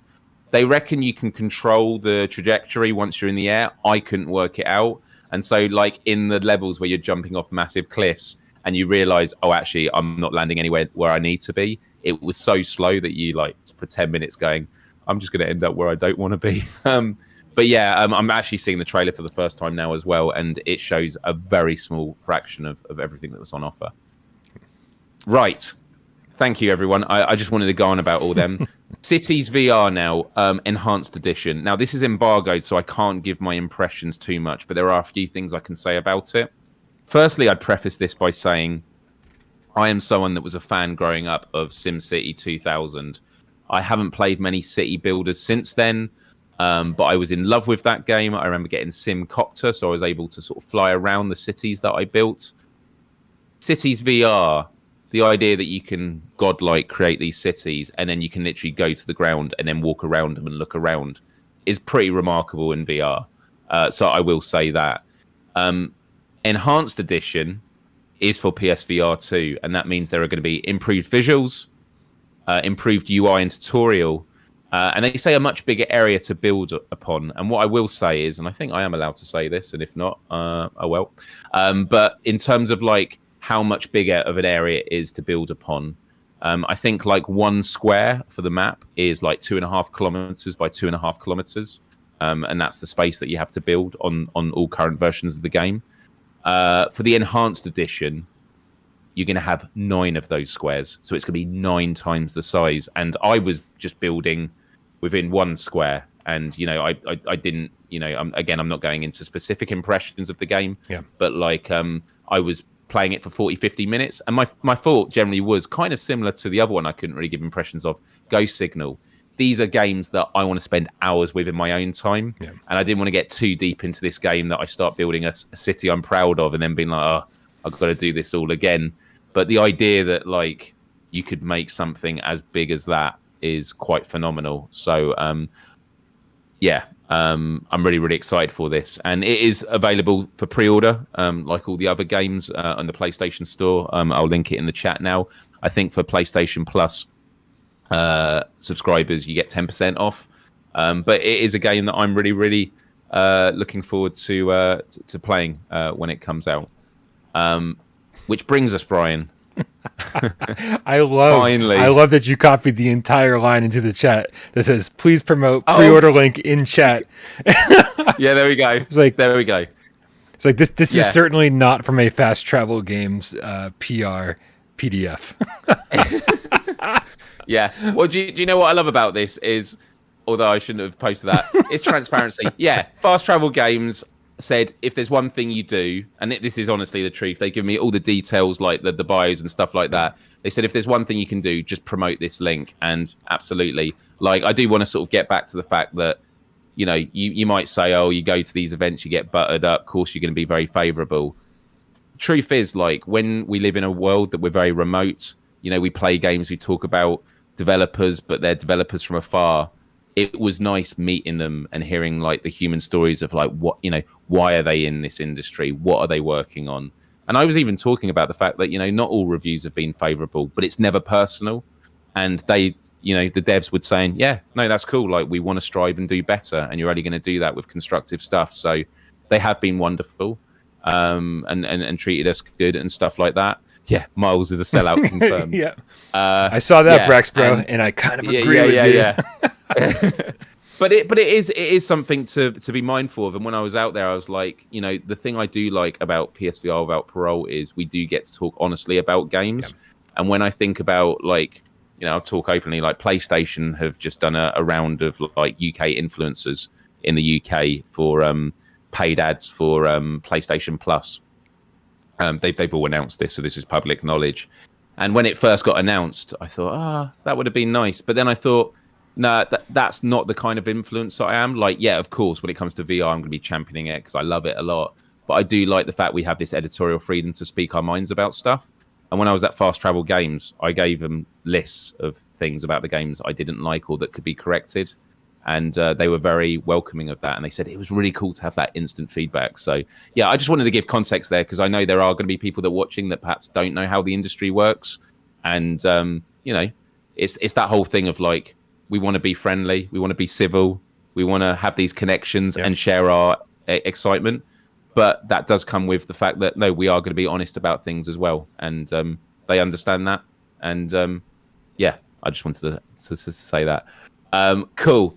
Right, the PSVR2 headset. So I have done this hands-on video. And so I went through a lot there. But I'm just literally going to go through the questions that people have asked. And then I will talk very briefly about the top secret games. Actually, do you know what? I'll say the top secret game stuff now because it's very quick. Fast Travel Games, before we went out there, we were going to be shown, we were going to be the first people outside the studio to experience a new top secret game. There were actually 2 top secret games that they showed us. One of them, we were not even allowed to say anything about, but was blown away by the concept art, the concept of the VR. Really excited to see to see it come out. So that's the first thing. But then there was another top secret game that they showed, which is in very early development, and it is Fast Travel Games' first ever multiplayer game that they're creating themselves, which is very, very exciting. It's coming to PSVR2, and the last nugget of information I was able to get out of them and get permission to say is it's built in the Unreal 5 engine, which I find incredibly exciting because we look recently at Fortnite and what Fortnite's been able to do, switching to the Unreal 5 engine when you've got Lumen and, you know, ray tracing and things like that. I'm really excited to see what they're able to do with a VR game with the Unreal 5 engine. There's a lot of talk that the Unreal 5 engine is good for VR, but developers have to use it, right? And so that's what we got to wait and see. And so all I can say about the 2 top secret games is, hand on heart, there's no guarantees. It makes me incredibly excited to see the future of what Fast Travel Games is going to be doing with PSVR2. So, yeah. I can't wait. And it's annoying that I'm not going to be able to talk about it again for a very, very long time. Yeah. All right, Brian. So, if there are any questions that people want to ask that aren't included in this, I guess there might be some more in tips and stuff like that. Yeah. We're not going to obviously be able to... Actually, Myles, before we get into this final segment of the show... you want to do tips? Let's get caught up on tips. Luckily, there's not too many, so we can. But I just want to make sure that no one feels like they're being overlooked. Yeah, for sure. Gaming with Denoli, I feel like I didn't read that right. $2 tips is PlayStation Home remake for PSVR2. Please, Sony. Yes, PlayStation Home would be amazing for PSVR2. Mako XL with another Canadian $2 tip says meow. Back at you, my friend. Old School Game Cat with a £2 says provoked. Okay, we've provoked Old School Game Cat. Sadukar 7th Legion with £2 says love you, Brian, but respond to the chat, not just super chats. Yeah, I mean, I hope you know, man. I hope if you've seen the show before, we do constantly try to bring the chat in as frequently as possible. But tonight, obviously, this is gonna end up being a 3-hour show. And it's been a struggle just to keep up with chats, super chats. So I know you understand. Thank you for that. Mako XL with a Canadian $2 tip says, test my times on licenses, Brian. Dude, nothing hurt me more than doing license tests on Gran Turismo 7 and just being happy with the bronze so that I could move on to the next license test. Because, Myles, you were talking earlier about what game was it that you didn't want to proceed until you did the best you could. I am very much that way. I want to get 3 stars in everything before I move on to the next challenge. I want to get the gold in every... So I had to really change the way that I play. When I finally go back to do all those license tests again to get the golds, you'll be seeing some better times for me. Primal Sage with the 45 Donkey Kong countries said, Oh boy, here we go. Did the head cushion shape seem like someone like VR cover would be able to make a silicone cover for it, like on the Quest facial interface? Did it, Myles, with the rubber gasket kind of against your face, did it seem like somebody could make a silicone cover for it? Interesting. I know. It's a tough question to answer, I think. Yeah, I wouldn't be able to. I wouldn't know. Okay, sorry, man. So that's they're asking. Sorry, they were asking if custom covers could be made. Is that the question? I think you'd actually have to look up like what VR cover does, and then compare it to the thing that they've done before. And yeah, I don't think either one of us is as familiar with VR covers as Primal Sage would like us to be to answer that question. Yeah. And I will be honest as we go through these questions if there are things that I'm not sure about. Funnily enough, today I actually reached out to Fast Travel Games for answers on a few of these questions where I was like, could you just remind me about this? So I am going to be honest with you. There are some questions that I'm not going to be able to give you an answer for. And there are going to be many questions I probably won't give a satisfactory answer for, but I am going to be upfront with you as much as I can be. There are so many questions. I can't believe you're going to try to answer all these. Some of them are going to be super quick. Are we good now? Was that the last? That was the last one. Let's do it. Go. All right. And let's get 40 more likes to 600 as I do this. Well, the first question is a quick one, Brian. And to be honest, this is one I feel you haven't really answered before and you never give a straight answer for. And it is, what is the length of the cable? 5 meters. Yeah, because I don't think you've answered that. Ian Higton is the reason we know this. He was very clear about that. It's either 5 or 5.5, but it's lengthy. Yeah. It is definitely lengthy. The first few are really quick questions. Does it need the camera? No, it doesn't need the camera. But a good thing about having the PS5 camera, which I'm glad I've got it for now, is for broadcasting. We don't know a lot about it as of yet, but the broadcast functionality will actually cut you out. We think it's going to not need a green screen to do it, and it means that when you're broadcasting footage, you'll be able to have yourself in VR on screen as well, which is going to be a great marketing tool. Yeah. So you don't need the camera to play the games. It's got internal tracking, but it will be great if you're someone who wants to do broadcasting. Number 3, where do the included earphones plug in? So the included, let me just, so they go in at the back of the head strap, just to the right of the cable that goes from the HMD to the PS5. So pretty similar to where the PSVR 1 plugs in. Yeah, correct. Cool. Am I still going to have to take a hairdryer to the lenses so they don't fog up when I put it on? Look, I was in it for maybe 40, 50 minutes. I wasn't obviously doing a lot of exercise and exertion for Cities VR. And that is the thing I have to say is, like, Cities VR, when we talk about VRAF, it's not a VRAF game. Right. It's great for VR, but it's not one of the ones that really showcases a lot of these aspects. But it is known for having great ventilation. When I think of, like, Wes being at CES, probably an environment where it was a lot hotter, with a lot more people around and obviously doing a lot more motion. The impression I get is that it's going to be a lot clearer and you're not going to have to worry about the lenses fogging up with this. Number 5, is it wobbly on the head? This headset was so secure. A lot of familiarity. You got the thing at the back that you tighten. You got the button to bring it out and in. I always found the PSVR headset was really fixed on but comfortable. This was the same. And something else I will answer, which will probably be a question later, is like, how much is there any light that comes in? This was one of the questions that when it was asked, I was like, oh wow, I didn't appreciate. Yeah, that was like, there was no light. And I think about on the PSVR, sometimes if you look down, you can see sort of light creeping in. There was no light. And I guess there's something I'd like to say about a lot of these questions, which is the next one is, does it have much of a screen door effect? Now, the screen door effect, as far as I was concerned, was completely gone. But if you ask me this question while I've got the headset on, I could probably see a screen door because you're making me consciously looking for it. Right. And so I would say to you, what is the answer that you want? Is it the answer of you asking me the question while I've got the headset on and I'm looking for it? Or do you want you've played VR as a VR gamer, from what you remember, was there a screen door effect? And as far as I'm concerned, it was completely gone.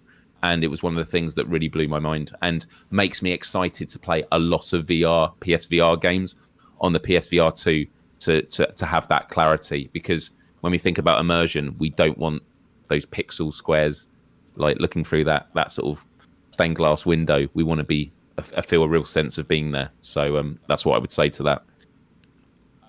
Is it possible to connect a USB-C extension cable? As far as I'm concerned, no, I don't think so. And I did ask Fast Travel Games, and they said we've never tested this.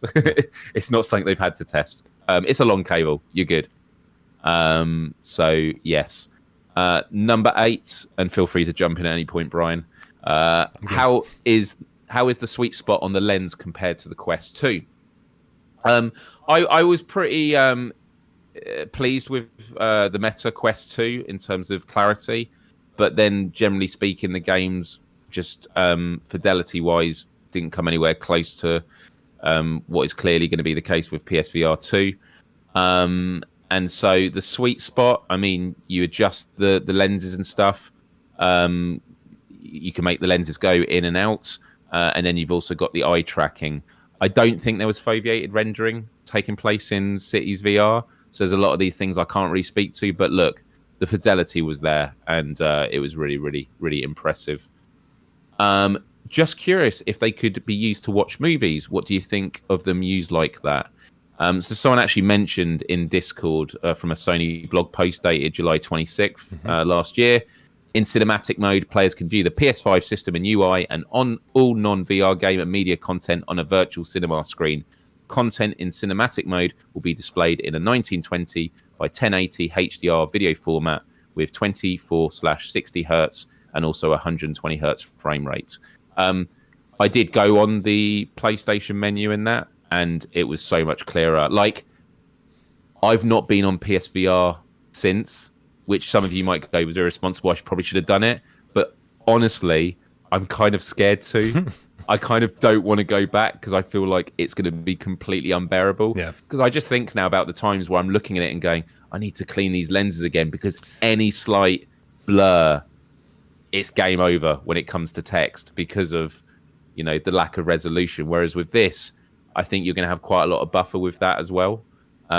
So yeah, like, I'd be really interested to look at 3D movies on it and playing flat screen games.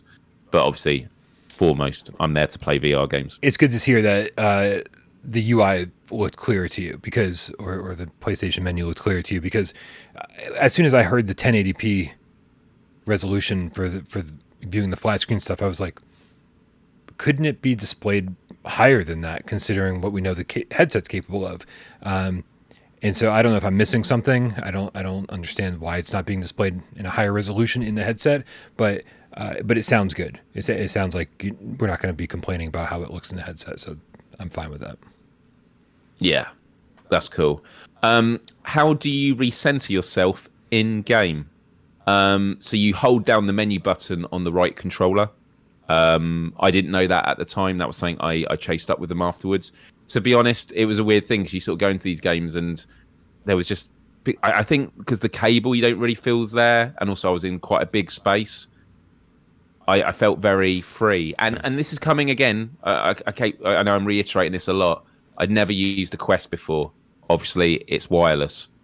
And I have to admit, and again, this is not me being a PSVR fanboy. It was really nice to experience the Quest. I love the surround speakers on it and things like that.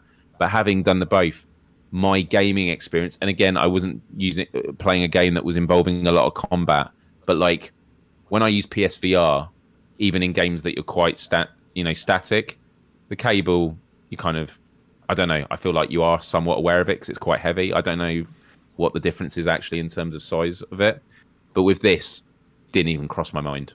And there was not someone there like at CES who's holding it and, you know, making sure you're not tripping on it. Like, it was just dangling. And I think it just comes back to the fact that there are all these things in play, whether it's the eye tracking, the resolution, the comfort, the lightness of the headset, the materials, the fact that no light is seeping in. If a little bit of light seeps in, that can take you out the immersion just enough of a percentage that you're like, okay, I'm playing a VR game, as opposed to I'm in this world right now. And I think that if one of those things sort of falls through, all the other things that can take you out the immersion are amplified. And so I think because you're just so in it, yeah, maybe I did feel the cable, but it didn't cross my mind in the slightest. Is it true that you that you recalibrate eye tracking every time you take it off? Not that I know of. I don't think so. I could be mistaken. I just put it back on and continued. So I don't think that's the case. The thing I mentioned briefly in the hands-on video was the fact that I've always wondered if I had friends over for Beat Saber and I want us to go from person to person, yeah, you're going to have to go through the configuration. But to be honest, I think the adjusting the lenses is just going to become as much as someone, bringing it out and in and putting it on for the first time. It'll take a bit of time. But like with 3D audio and headphones and not having stereo speakers, I said it's because the majority of gamers in PSVR2 are solo gamers in their home playing hours at a time. That's also the case when I think about eye tracking and switching between people. Yes, there are going to be cases where you might have to keep changing it between people, but they're going to want to spend more time in it because it's better. And also it's going to be a rare occurrence in the grand scheme of things. So yeah, recalibrating it, no big deal. I wear glasses. I had problems to wear the headset. Is this glass friendly? I asked someone at Fast Travel Games if anyone wears glasses. They said one of our devs wears glasses. They say it's adequate. So yeah, adequate's an interesting word, but I think that's just a safe word. Like different people have different glasses, but it doesn't seem to be an issue. What I would say is I feel like if you managed with the PSVR, you're definitely going to manage with this. I mean, just by the sort of the approach that Sony are having when they're looking at how do we improve this headset, it does feel like they've improved it in every single way, except not getting rid of the wire. But the wire's improved. Like it is improved, and I would say that is the case for people that wear glasses. Did the tracking hold up when your arms were hidden from the cameras? Didn't do it a huge amount, but the tracking was incredible. And using the Quest and being blown away by how good the tracking was, some games there was a bit of jitteriness. This, I could not believe how buttery smooth it was. I was just like, I just kept twisting my arms and it was just showing me like in game the controllers, and I was just like doing all this sort of stuff. Wes would be able to speak better to that, but then I spoke to Kaz from Kaz and Char, who was saying when they played at CES, like when you're getting arrows from your back and that, there was no loss of tracking. They were really, really impressed with it. So that's good to hear. Did you notice if the soft pad material on the forehead and the back is better than the PSVR 1? Absolutely. But I will caveat that by saying I can't remember how it felt on the PSVR when I first got it, because mine is a knackered mess. But when I did touch it, I was like, this feels like really substantial and bold, and it feels like durable. And I would hope it's not going to become flaky. So, yeah. And I think that's something they would have improved on. Did you try the earbuds that come with the headset? No, obviously hygiene reasons and things like that. They did give me over-ear headphones. They weren't the Pulse ones. See, look at this. I know we always talk about this, the foam peering off. The headphones were great. I assume they were wired. I could be wrong. I don't know if they were Bluetooth. But then I played with just TV when I wanted to have more chats with the developers and stuff like that. So, yeah, that's what I experienced. Did you get to try the flat game mode? No, I didn't. The only flat thing I ever tried was the menus. What's the VR home like?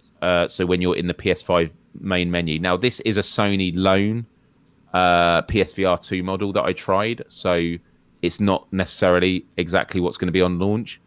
if there was like a PlayStation home they're releasing at launch that they're yet to do, that's something they're not going to give to, devs this early, as early as like just a few weeks out. My understanding is it's just like you're just loading up a PlayStation menu. And you know what? Although I said I'd be really annoyed by that, I was so blown away by the fidelity. I thought this is just so cool. Just being next to a massive screen and like it being clear and it not being an obstacle. It was a menu that was there to help you get to where you need to go. So I thought that was important. Did you notice the foveated rendering? No, I don't believe there was foveated rendering in Cities VR. To be honest, I don't think it's a game that requires it, but I can't confirm or deny it. But the question was, did I notice it? No, and I think it's because it didn't exist. Is the head strap a problem when you want to play with big over-ear headphones? No, but there's that whole thing of like when I want to take the headset off with the headphones, I need to give it to someone first and things like that. The one thing I didn't learn myself was how you get to the pass-through mode, and I wish I'd learned that. I had to get them to do it, but I think it's the button in the middle in the front to do it. I should have done that. There's that whole thing if you're nervous wearing this headset, like, and you're not wanting to screw things up or knock things together or drop stuff. So it's that whole thing of like, oh, I'm taking it off. Can you just take the headphones off for me? Yeah. Was it a problem? Yeah, because I was just nervous about it. But you know what? That's what everyone's like when they get a new headset. I feel like I should be reading these questions to you because my involvement in this segment seems non-existent. Yeah, sorry, Brian. Yeah. Oh, don't apologize. I feel like I'm not pulling my weight tonight.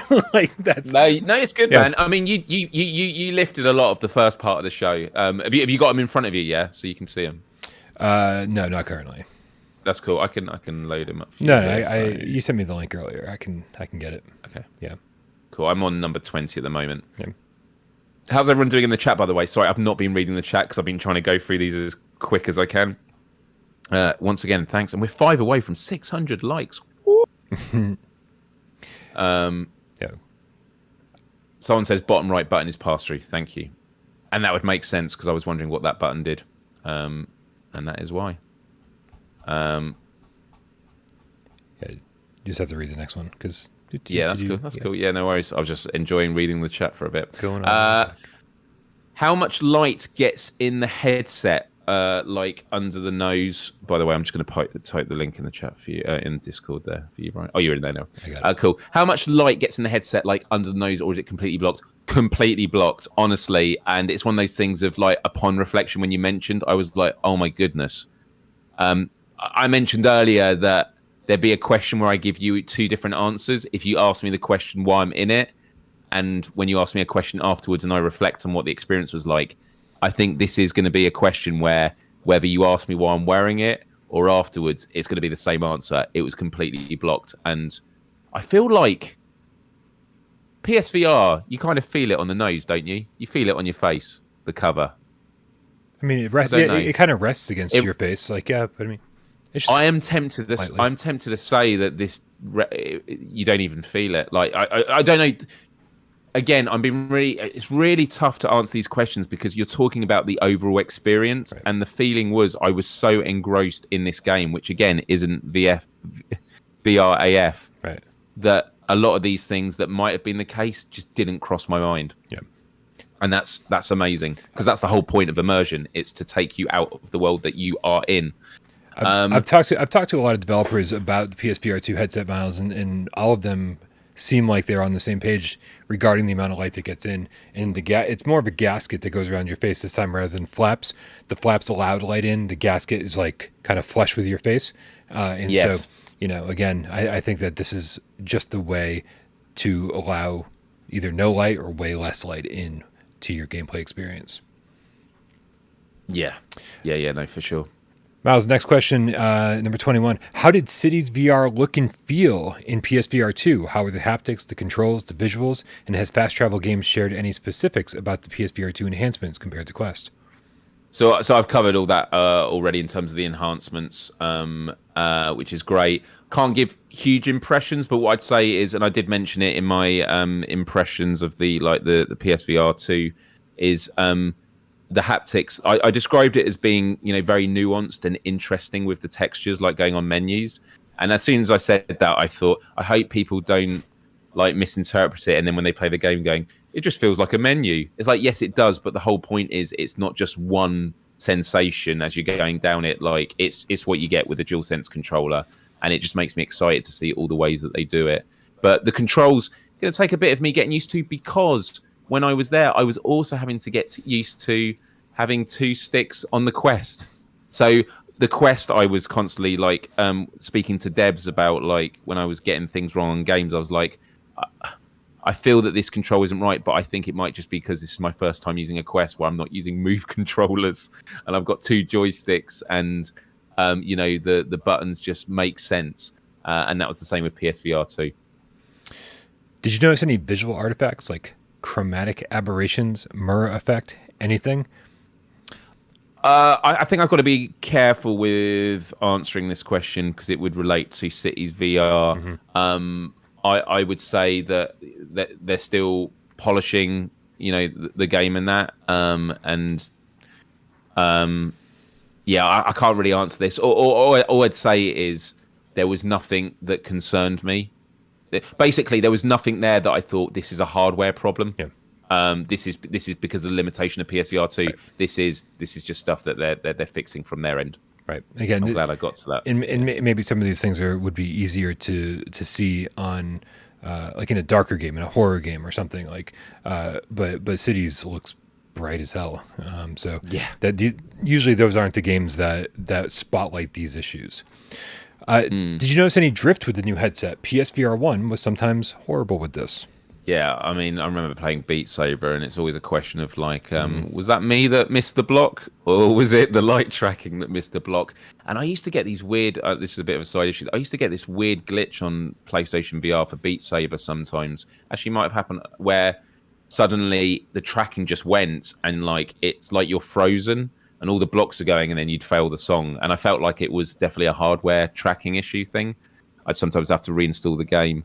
Again, the hardware is so powerful with the PS5 that I just feel that the way I've described it before is PSVR2 is a massive leap forward for VR headsets across the board. It's a massive leap forward for PSVR because technically when PSVR came out, it was already a step back in some ways, like with the Move controllers.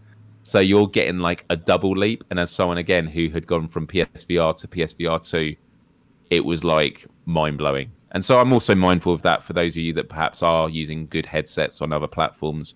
The jump might not be as much, but a lot of these issues compared to PSVR, it's just quality of life improvements. And so just something else I'm going to say as a general point to everyone, and I mentioned this on the hands-on video, but I think it's important to say, I mentioned when I got the PlayStation 5 that if the PlayStation 5 was available and there was no new games, you just played PlayStation 4 games on it, I would have still got the PlayStation 5 because the quality of life improvements, faster loading times, all of that, it was worth it. I know this is more hypothetical, but if PSVR 2, let's say, was going to be launched with no new games, no upgrades, it was just PSVR games, but you could play it with better fidelity and that, I would get it because the quality of life improvements, comfort, how light it feels having, the new controllers and that was so great that I was just blown away by it. And so to have that as a benchmark, and now we're getting all these amazing first party titles and we're getting all these upgrades as well. Amazing. Yeah. Did you answer this next one? Do wireless headphones work on PSVR 2? So I'm just seeing if this was a question that I didn't ask them this. The honest answer is I don't know, because I get confused with the pulse. Like, yep. You have to stick this in right. to. I want it to. There you go. Yeah. You have to stick this in to use the Bluetooth. I'm like, why doesn't it just like Bluetooth into the console itself? Right. And I thought maybe I didn't understand why you couldn't wear these with PlayStation VR. It was a shame. So yeah, I don't actually know much about the tech with like Bluetooth headphones. Like some of them don't come with a USB dongle. The ones that don't come with one, you're not going to be able to use. They're not going to be PlayStation compatible because clearly you need this USB component. My impression is from reading some articles is that wireless headphones will work with it, but like a lot of cases when it comes to like SSDs and things like that, you need to look online and do your research and see what is, PlayStation compatible, what is PSVR2 compatible. So I'm definitely not in a position to tell you that as a general rule, yeah, they will work on it. I would wait. And actually, like with the SSD stuff, people had to literally wait until launch to start testing things. And I think that's what's going to happen also with headphones as well. Obviously, Sony, they provide you with in-ear earphones on release, and they've said for the 3D audio, you want to use this with it as well. But yeah, I don't know if you got any thoughts on that, Brian. I was totally under the impression that wireless headphones would absolutely work. But I mean, now you've got it in my head. I'm like, I should probably fucking figure this shit out, right? So yeah, I just don't know. But you would assume so. Yeah. I'm going to tell you right now. I'm going to be plugging into that headphone jack, right there. I'm not going to be using wireless headphones. I don't need more things to charge. Yeah, that's a good point. And that's actually one of the two, we've talked about this before, one of the two things I'm disappointed about is not being able to buy Sense controllers separately. Because when you mentioned it on Wednesday's show, was it Monday, I was like, oh yeah, we're going to be playing so many games. It's going to be, you can't charge them while playing with them. I've tried it and it's deadly. Loop the Underground Game Cat with the €5 says, I think the dongle ensures lower latency than regular Bluetooth. Must be essential for rhythm games. Yeah, and that's also a good point, for sure. Yeah. Thank you, Looper. And I think we got one more question, right? From this bit, and then there's a few from Fast Travel Games that I think were only in that section. But yeah, what does it smell like was a question that was asked again and again. And we said earlier it smells of magic. Mm-hmm. I don't know. Out of all the senses, well, look, in Cities VR, I did go towards the sewage pipe and stuff was coming out of it. And I did stand in the sewage and I was like, I'm glad smell-o-vision isn't a thing for VR yet, because this would have been a terrible decision. All right. Where do you adjust the volume on the headset? Okay, so when this was asked, it was one of those moments of like, why did I not check this? But the thing is, when you're using it, you can be meticulous, but you're also, you want to use it as a user to get, and and I didn't have to adjust the volume at all. It was perfect. Fast Travel Games have told me we don't believe there are any physical volume sliders on the headset, at least not on the one provided to us. You can adjust the output volume for the earphones plugged into the headset via the PlayStation Dash, and obviously on this you control the volume on it as well. So I don't know in terms of it's in the hardware of the earphones. I was shocked about this. After seeing this response from Fast Travel, I was like, I would have assumed that on the PSVR2, the volume buttons would have been just underneath the headset, exactly the same as PSVR1 would be. And so I did double check this with other developers, and they confirmed, holy crap, there's no volume buttons on the headset itself. So very, very interesting. Also, that means no mute button on the headset itself. So if you got a sneeze or cough, you still have to go into the UI and do it manually, because there is a mute option in the UI. So I'm a little bummed about that. If you're playing out your TV, because, and even then, if you're playing out your TV, you're probably not going to be using voice chat because there's going to be a lot of echo. Yeah. Whereas with this, what I like about this is the mute button is this big. I'm saying it as I can't find it. But yeah, there's a big button there that you press and it sticks out, and then you know when you're muted. But no, it's a really good point actually. The mute thing I didn't even consider. And Nick Mulo followed up on the wireless headset question. He says, looking now, Ian Higton from Eurogamer was using them wirelessly, it seems. So that's reassuring. Let's see. Is it possible to connect a USB extension cable? You already answered that because we don't know. Yeah. No one's tried it. Where do the included headphones plug in? We already checked that. How comfortable? We've done the glasses one. Recenter we've done. Number 6. Do the Sense controllers have L3 and R3 buttons, meaning you push the thumbsticks in? And yes, they do. And that was something I had to check because I didn't use that in the game up to where I was, and that's really good to know. And this last one is an interesting question. Is there any enforced/unskippable health warnings when a PSVR2 game launches? Dude, I've said this before. When we talk about friction with VR, right? A lot of people say, oh man, just having the headset on is friction. Oh, having cables is friction. Just whatever is friction. That's not the friction to me. The friction to me is turning on a Move controller, waiting for it to sync, and then saying, yes, that's me on your profile. And then doing the same thing again with the second Move controller. Yes, that's me on the profile. And then you start the game up, and it's like you got to stare at this health warning screen for, it's just a few seconds, right? But it's like, man, it's like a few seconds here and a few seconds here, and you're just like, I'm just trying to get into the game. Like it adds up to, it's like, okay, I'm fucking tired of this. I've been playing on this profile for 6+ years. At a certain point, just let me check a box that says, I understand this for all of eternity. Let me move on and never see this message again. Yeah. That's so right. The answer to that was we're not 100% sure, since we have lots of developer settings to toggle, and so basically they've not got the final version, right. So they don't know what it is, which is absolutely fine. Myles, for the love of God, tell me this brings us to the end of the Q&A.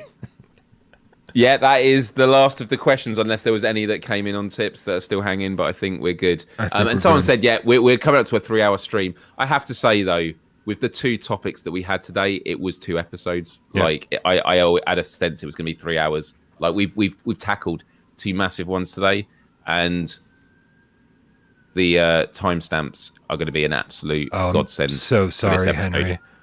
So sorry. Yep. Myles, let's with my God, with 6 minutes until this is a 3-hour stream. Are you ready to play? I can't believe we're going to do this. PSVR 20 questions.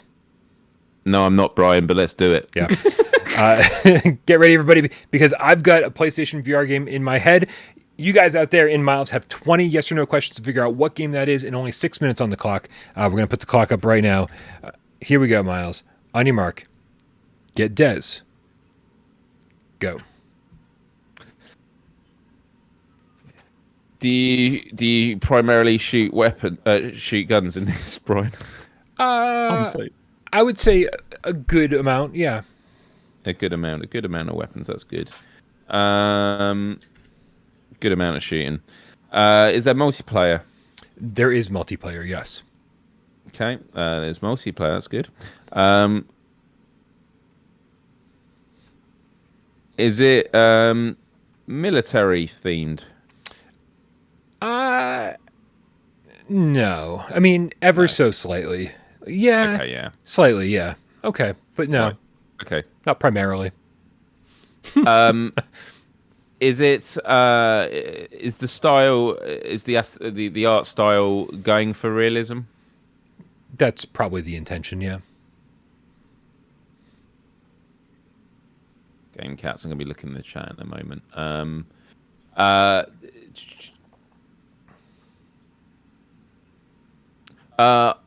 Are you playing as a person? So you're not in a vehicle. You're as a person shooting. Yeah, you're a person. That's 5. Yeah, you're a person. Would you say it's a good game?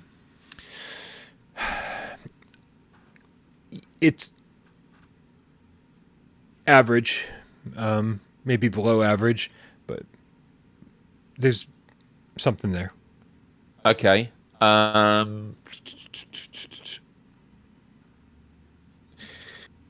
don't want to do any jokey questions yet. I like this question from Dan.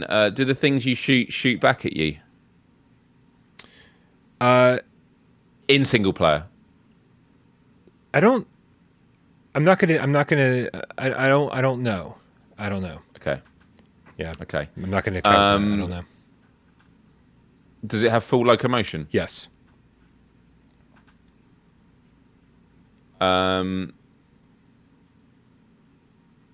Do you use analog sticks? No. To clarify the things that you shoot back at you, I just don't. If in the first beginning of the game, no, I just don't want to. I just don't remember what happens later in the game, so I just don't want to say something that like would steer you wrong. But in general, the answer is no. There is multiplayer. Yep. Is it a wave shooter? No. Not a wave shooter. No.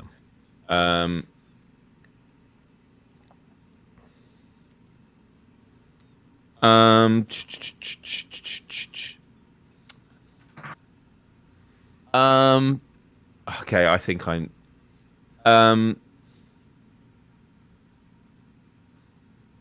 Is this do you have gadgets that you use in it, like mines or hacking devices? There's gadgets, but I don't think Not those ones. Not those ones. I don't think. That's 10, by the way. Yeah.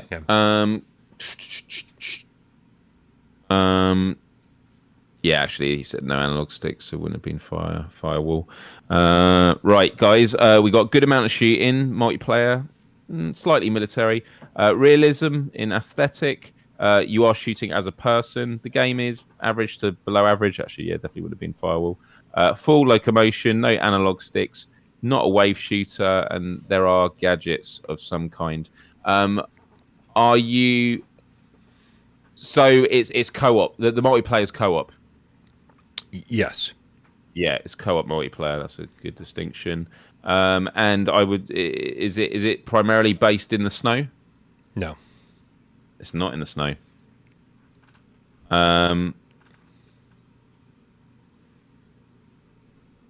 Is it a game that was released in the last year?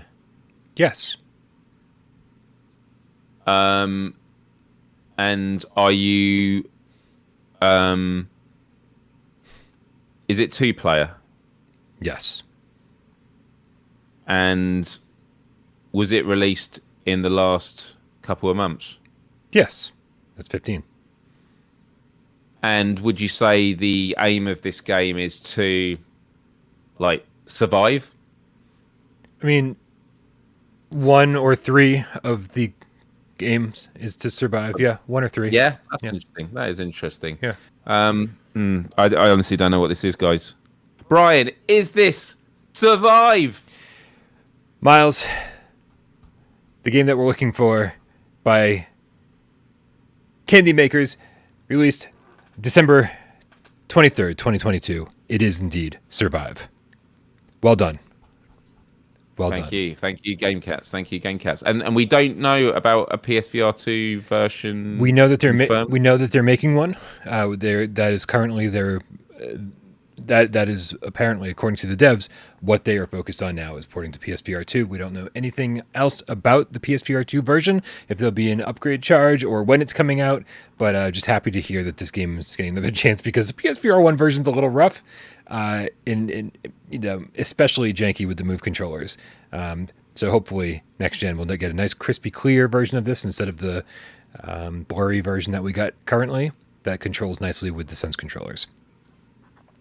That's awesome. Looper the Underground Game Cat, the €2 says it's not Survive, it's Serve 1 V3. V3. Yeah. Good call. Good call. Dude, it is like I'm so tired right now. This has been such exhausted. A long GamesCast. I had a long day leading up to this, and so I'm sleep deprived. I'm thrilled that we did this and we were able to do this entire thing. But I know it's late over there. It's late over here, and I got things to do and places to be. I'm so thrilled that so many of you guys hung out for most of the stream.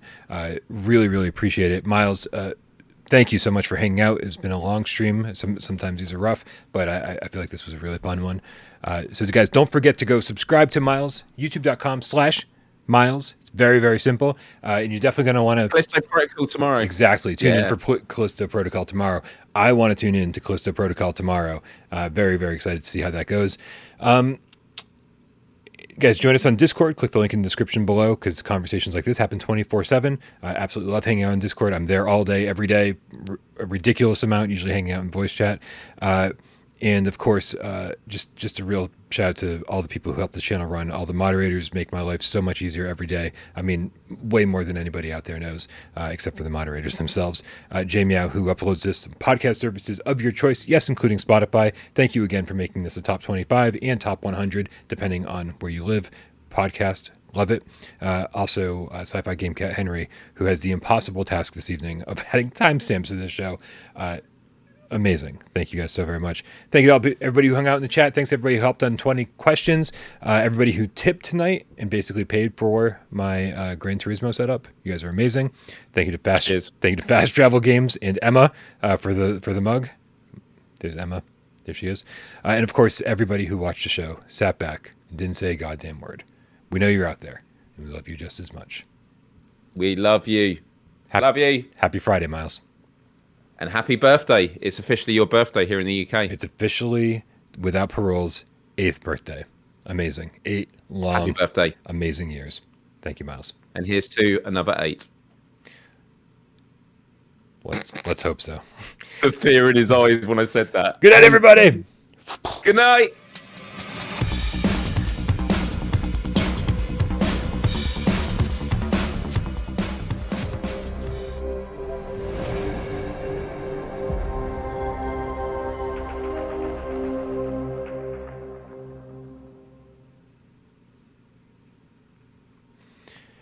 Oh man, so many great comments rolling up here. I know.